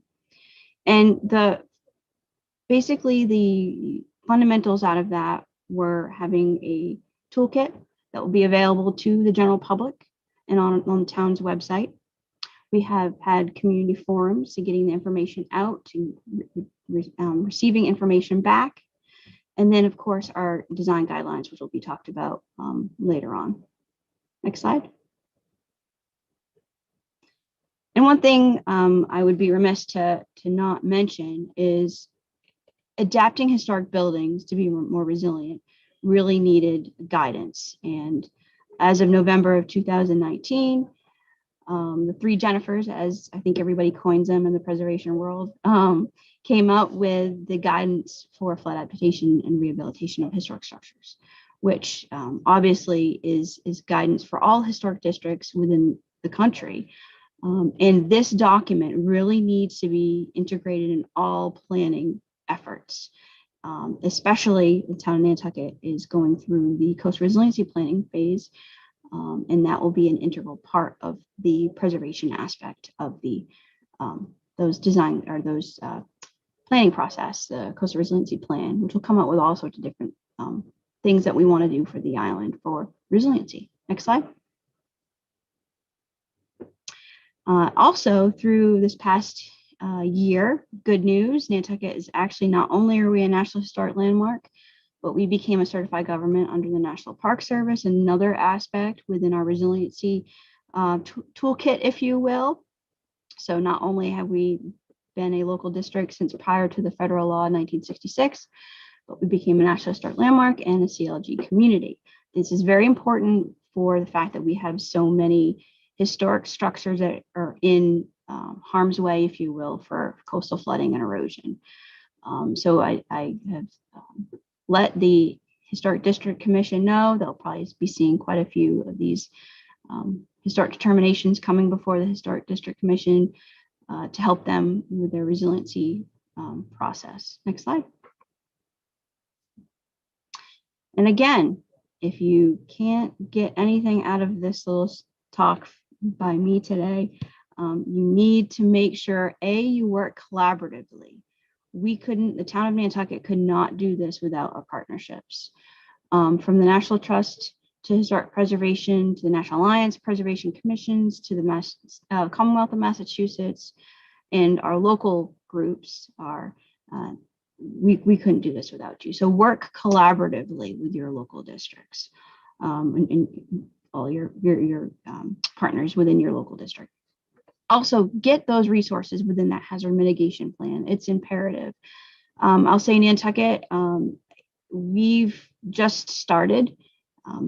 These are living, breathing documents. As a planner, that's something that's always been integral into my head.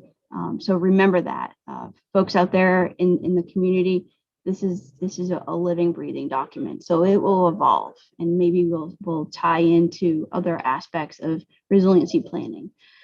The Commonwealth of Massachusetts, when they did their update to their hazard mitigation plan, they actually included climate adaptation. So that's something maybe we can look into. But again, we need to remember that these are working documents. And also, if you don't have an approved FEMA plan, you're not going to be eligible for those funding sources. And we want to be able to do that. Next slide. So Resilient Nantucket, this effort wouldn't have been possible without so many folks. I want to thank the University of Florida for pinning the Resilient Nantucket slogan, if you will. I think this is an ongoing effort, and couldn't do it without everybody. So thank you very much for your time. Great. Thank you, Holly, so much for that. Chuck, whenever you're ready, please unmute and share your screen.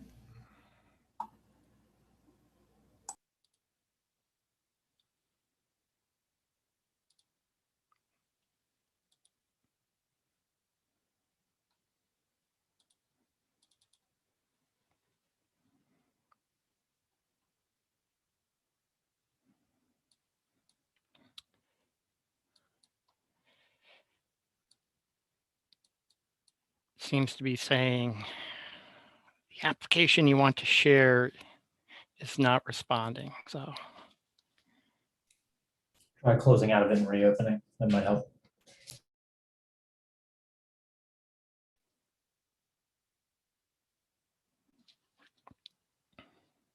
looks like it's a Zoom thing, because when I've gone up there to move around, it wanted me to kill the Zoom.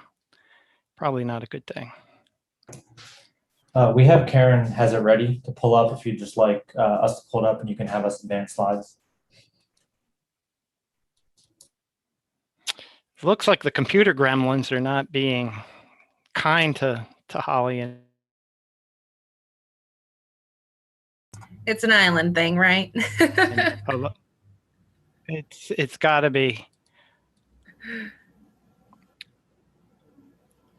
Karen, if you have his slides prepared, perfect. Thank you. So it's good to have redundancy and resiliency, right? Exactly. Bouncing back.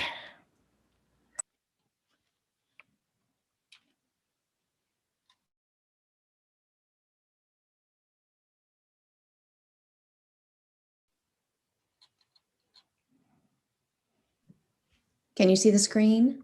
I cannot. It seems like you're frozen. Luckily I've got something here. I should be able to go through it. So if we're on slide one, I can go ahead and get started. But first, I need to really give a special thank you to Lisa Craig and her project team. They did some incredible heavy lifting to organize and deliver the Resilient Nantucket Forum. We have heard from a remarkable panel of speakers. We've seen some excellent presentations, and there is yet another day to come. Lisa and team, you have raised the bar for which we will measure future events. Thank you. So let's go ahead to slide 2. Nantucket's future depends on planning for climate change. Here's some basic information about the island. Climate change is not happening now, or it's happening now, it's not happening in the future. We are seeing impacts with higher intensity storms, longer duration storms, and rising sea levels.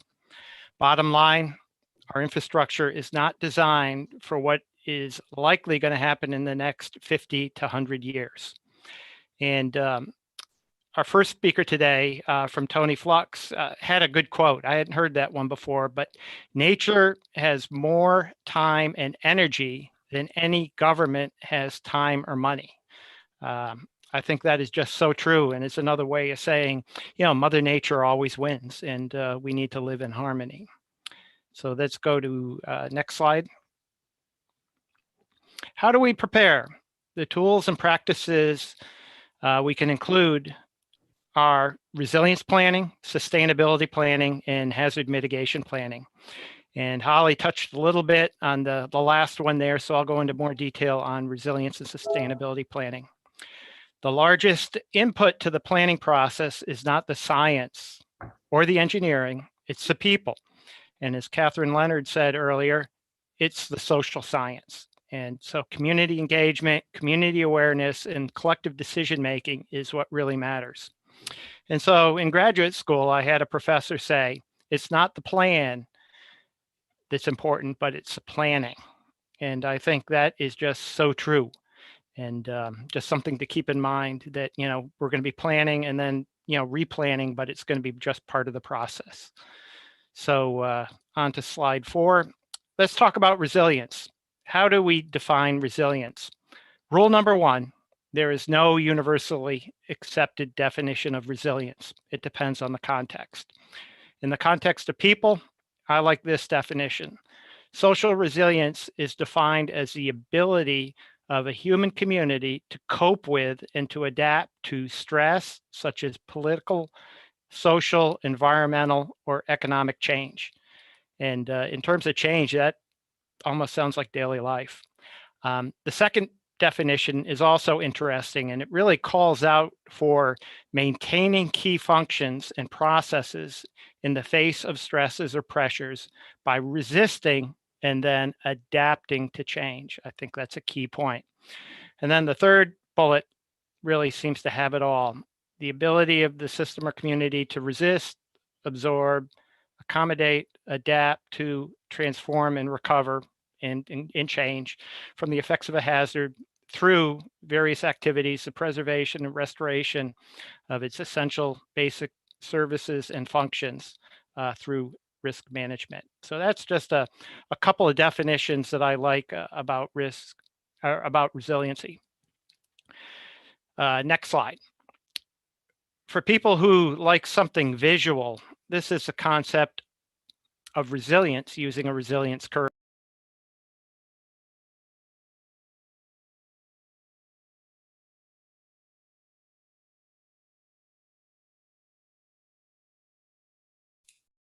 Looks like we might have lost Chuck.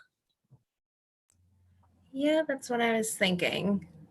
We'll give him a couple of moments to come back.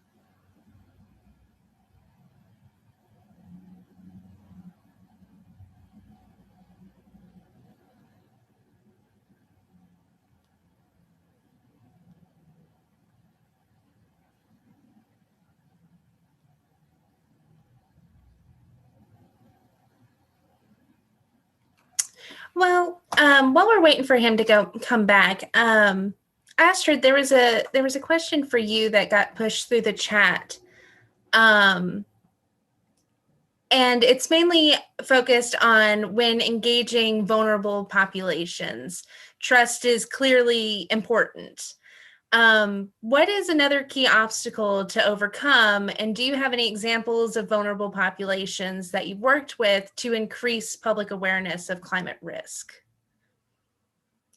Sure. I work with a bunch of communities, coastal and otherwise, mainly coastal communities, but also communities that are exposed to high levels of pollution from industrial sites and chemical plants around them in Texas and Louisiana and South Carolina. One of the things, so these are the examples of other communities that I work with. And through each one of them, we have a different entry point. And the main thing is like, find somebody in the community who is a trusted voice, and then you can partner with that person in order to get an in. So not always you are the trust builder. Sometimes you just reach somebody who is a trusted voice. Mm-hmm. And I see that, is he back? It doesn't look like it yet. But so what are the other obstacles you asked? Yeah. Yes, already now. I don't remember the question. Yeah. So what is another key obstacle to overcome when dealing with trust issues or the complications of relationships between science and climate research or Sure. with government and that kind of thing? Sure. In my example, I talked about faith. Mm-hmm. But there are the main things that we encounter are political obstacles, are belief and values obstacles.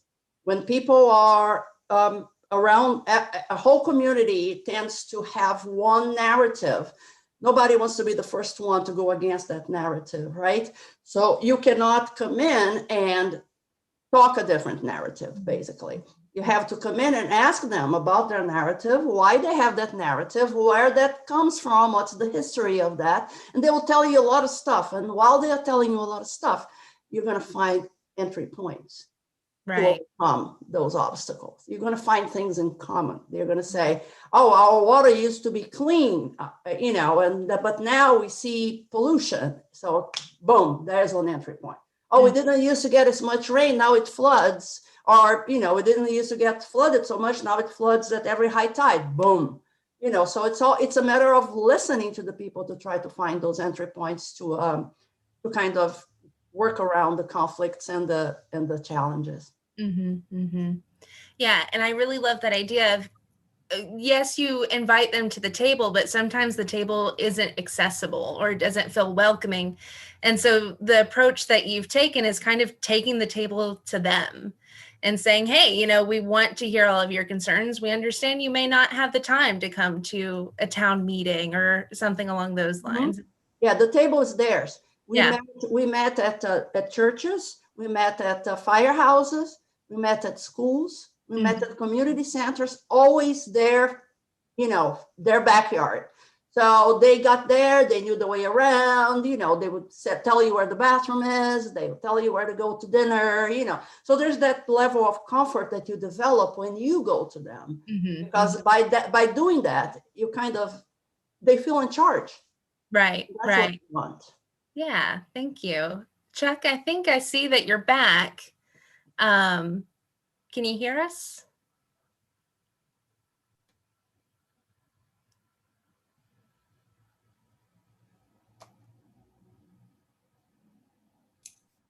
Doesn't look like his audio or video is connected yet. Okay, that's fine. So Holly, I actually have a question for you while we're waiting for Chuck to get back online. The question was, how do you see Resilient Nantucket and other plans like the Coastal Resilience Plan working together to implement these strategies and recommendations that are coming from all of these emerging plans? So I think we're actually really lucky right now. I think the timeliness of both Resilient Nantucket for the design guidelines and the coastal resiliency planning process. While we were going through the updates to the hazard mitigation plan, that's when the coastal resiliency planning kind of kicked in and said, hey, you know, from community folks, we need to do this. We need to think logistically, what are we going to do to accommodate? And right now, with these pending design guidelines, being able to look at the individual structure by structure, because we all know that not everybody's going to be able to, you know, try to come into FEMA compliance, what have you. It's going to be on a case-by-case basis. But the coastal resiliency plan is really going to be looking at that area-wide mechanism. And I hope to see those two plans really jive together, so that way there's no disconnect. And I've been stressing it to both sets of commissions that I work with wholeheartedly, that this is very important, that they need to see the granular individual building and how it can be accommodated to how it fits in with the overall context of an area. So we're very lucky. We're extremely lucky that we're in this phase right now. Absolutely. And I think it also says something to kind of breaking down those silos of communication that just organically grow. It's not necessarily through intentional exclusion or anything like that. And I think in terms of what Astrid also does is breaking down those silos makes those spaces more accessible, to where people, you know, you may be interested in nature and protecting wetlands, and then you hear about the preservation group that is really interested in nature-based approaches because it helps the building and the built environment, while also improving natural resilience. And so I think the integration of those plans really helps. And I know with both of the plans as well, with both the Resilient Nantucket and the Coastal Resilience Plan, there's been this push for communication and making sure that we're actively engaging, especially with COVID. And the restrictions of online platforms and everything. How are we looking to integrate climate justice into future town proposals or future town plans to make sure that, like we were talking about, we're not just inviting, but we're taking the table to everywhere we possibly can? Right. Well, the town of Nantucket actually hired a coordinator for that. And Kamal, and I know he's kind of hit the ground running, so to speak. Looking forward to how he can oversee that and make sure we're doing just that. I think from a planning perspective, you have a lot of push, I think, from the national level to make sure that we're doing that. But to be able to have the town say, you know what, we need to look at all aspects and make sure we are being equitable in all our decision-making process is really, I think, from the ground up. So that's really exciting to see. Yeah. Really. Yeah, absolutely. Absolutely. And so there's a lot of plans on the horizon for Nantucket, especially with Resilient Nantucket and this whole push for climate resilience and sustainability and everything, which is absolutely fantastic. And rolling in and making sure that we have that justice piece and making sure that every community has a voice is really important. So what are the other plans that may be on the horizon? Are we looking at cultural landscape studies or cultural vulnerability studies for the island in the future? Well, all I can say is as long as we can secure funding, that's one thing I always have in the back of my head as a town employee, as well as a taxpayer myself. We know that there's a lot of grants out there from every aspect. As long as we can attain that and make sure the powers that be are okay, I think that's a fantastic thing to do. So that way we can kind of stretch our dollars, if you will, and you know, kind of dive into what's available. The sky's the limit. The sky's the limit. Yeah, absolutely. I think you have another question, or can I add one thing? Yeah, absolutely. I have another example of a community that we are working with that are increasing resilience against flooding. It's an environmental justice community in South Carolina, and it's really amazing what they're doing. They raised funds to buy a plot of land that they had already surveyed that is on the way. It used to be wetlands, but it's degraded. So they purchased the land. They are getting volunteers to replant the wetlands. On the land that kind of tends to flood, they have university support to figure out what plants to plant there. And then they're building a center, a community center, where they're going to teach trades and things and you know, for the community to increase their own resilience. So it's kind of a comprehensive approach. It's not just one problem that they're fixing. They're also giving the community the tools to continue, you know, the work, which is, I think is great. Yeah, absolutely. And that kind of speaks to Chuck's point as well of resiliency doesn't really have one singular definition. It means a lot of different things depending on what context you're putting resilience into. It can be, of course, climate resilience of making sure that we're protecting our buildings, our infrastructure, something like that, but also community resilience, making sure our community is sticking together and standing alongside each other and is ready to support each other. And I think that, Astrid, when you were speaking about the churches, it seems like a lot of times when there is a natural disaster, such as in Katrina, in New Orleans, the churches really formed that cornerstone. It was the first place people went when they were trying to go through that recovery stage. And I look at Nantucket, and of course I'm on lower ground near the harbor. And there's a bunch of churches behind me on the hill. And I'm like, I know I got to go to that church if anything ever happens. That's my point of contact. And so I think the churches definitely play a role here on Nantucket, just like they do pretty much anywhere else. And the state of Maryland, actually, the government, the management, the Maryland Emergency Management Agency, MEMA, they are starting to work with faith communities also. For disaster reduction and you know, disaster planning and hazard mitigation plan. So it's really something that is, and the people I work with, the example I gave in South Carolina is with a pastor, you know, so it's also faith community. So they're really taking the lead in a lot of stuff at the local level. Fantastic. And what about, then this can be for either one of you, the roles of universities or colleges and what roles that they can play with helping with climate justice and that kind of education and outreach. Want to go ahead, Holly, since I just spoke? Sure, I can do that. No, I think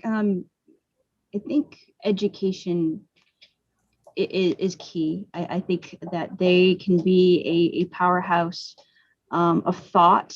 I mean, just look at what Preservation Institute Nantucket has done for Nantucket and since what, 72? You know, it's just fantastic to see. You know, again, both of us as Penn grads, when you're a student, and I feel like I've been so far out of that now, you are able to just think outside the box. You're still forming your identity, but so I think that if communities can really engage with the folks in education and really try to go outside the box and how can we look at things a little bit differently. We're very fortunate for not only University of Florida on Nantucket, but we also have WPI from Worcester Polytech. They've done some fantastic things for the town as well. So we're very fortunate in that regards. One thing about resiliency in general, I think as a Nantucketer, multi-generation Nantucketer, I've always thought about, we've always been resilient.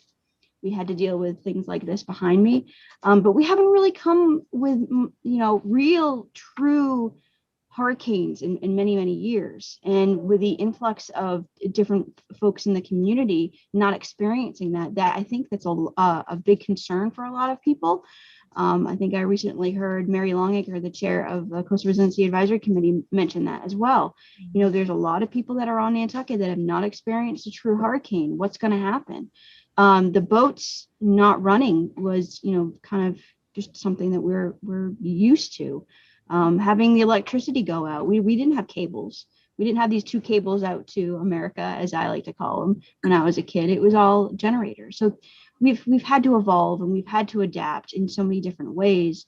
And that's why I think Nantucket was also very adaptable, I guess, when the Massachusetts came up with the MVP program. We included folks from the preservation world. We included folks from the conservation world. That was just a second nature thing because that's what Nantucket is. So it's just really, I think, looking outside the box and really looking at all facets of community. Absolutely. Thank you. Astrid, what are your thoughts about the roles that universities and colleges can play in climate justice and resilience as a whole? Sure. Well, the case study that I discussed was led by a university, Department of Anthropology, right? So right there is an initiative, that people can kind of, replicate. So universities, variety of departments, geography, plant sciences, all kinds of departments at universities can initiate projects. The main thing that I always say is, if you're going to go and invest in a project with a community, you got to do it for the long haul. Even if you retire, somebody else is going to have to keep doing it because communities are tired of parachuting. They don't want people going there for 2 years, getting the data for their dissertation and walking out, right? So we talk that all the time. We talk about that. The other example that I gave was the one in South Carolina, where they are building that, the Resilience Center. And of course, they are communicating with the university, but botany department, in order to determine what are the plants that they need to plant there to recover the wetlands. On the land, what are the best trees for them to plant that will be more resilient to the changes in climate, to the extreme weather, and to the water that comes. So there is a lot of ways that universities can participate in resilience. And as the, keepers of knowledge in a certain way, not only the knowledge that exists, but also, as Holly said, to bring, the education and to kind of make it continue throughout the process of building resilience and creating a better community. Absolutely. Well, we're almost close to our finishing time, so I just want to put one more question out to both of you. What are some actions or lessons if somebody was to walk away? What is the 2 or 3 things that you want them to walk away with from your talks and our discussion today? Holly, would you like to go first? I'll do that. The biggest thing is, if you do not know what the status of your hazard mitigation plan is, find out from your emergency management folks or your planning folks, and check to make sure that if you have cultural heritage in your jurisdiction, make sure that they are putting those cultural resources within the hazard mitigation plan. And I would like to say that I think all mostly coastal communities that are historic, like Nantucket, like Annapolis, need to follow really and truly the lead that Lisa has done with weathering it together. I would like to say that, maybe Nantucket could do that sometime down the road, because that is a fabulous way. And maybe even FEMA needs to look a little bit further into helping coastal communities or just historic communities that deal with even flooding, to really take their cultural resources and plan accordingly. I don't think that's really an integral thing with FEMA, although I do know that there are preservationists that work for FEMA. Nonetheless, making sure that they put their cultural resources in their hazard mitigation plan is what people need to do. Yeah, absolutely. Thank you. I would add, make sure that whatever plans you have in place do not perpetuate injustices and do not leave those that are most disadvantaged behind, because when we see, I have heard that so much, particularly in Florida, how we cannot justify spending $50 million to protect a neighborhood that is worth $1 million, because it's all poor housing there and the tax base is very low and they're not bringing anything to the area. So they say that, and I always say, make sure to have the humanity in your plans. Make sure to bring humanity and to realize that those people are there not by their choice. but because they were put there by a variety of systemic and institutional practices that have been going on forever. So, and we depend on them. You cannot, wealthy people cannot go to restaurants or theaters or boat, yards or anything. They need everybody to sustain their wealthy lifestyle. We're all in this together. So we need to protect everybody. Very strong words and a very good way to end this talk. Unfortunately, the time has come. Thank you, Astrid, Holly, and Chuck, when he watches this on YouTube, for your discussions during this final session. We greatly appreciate you taking your time to spend with us today, and that goes for all speakers today. Thank you so much for your time. Also, thank you to the fantastic team who has made today's conference and sessions possible, and especially to the attendees for tuning in and actively engaging in every session. Don't forget to register for tomorrow if you have not already on the event website. Also, the final policy panel tomorrow will be on simpatico. So please register for that and create a free account in order to interact with our panelists. We begin tomorrow bright and early with John Englander at 9 a.m., whose book is available on sale at Nantucket Preservation Trust website. There are only 23 copies left, so get them while you can. They are signed copies. I hope that you had a good day. We will see you tomorrow, and have a good evening. Thank you so much. Thank you. Thank you.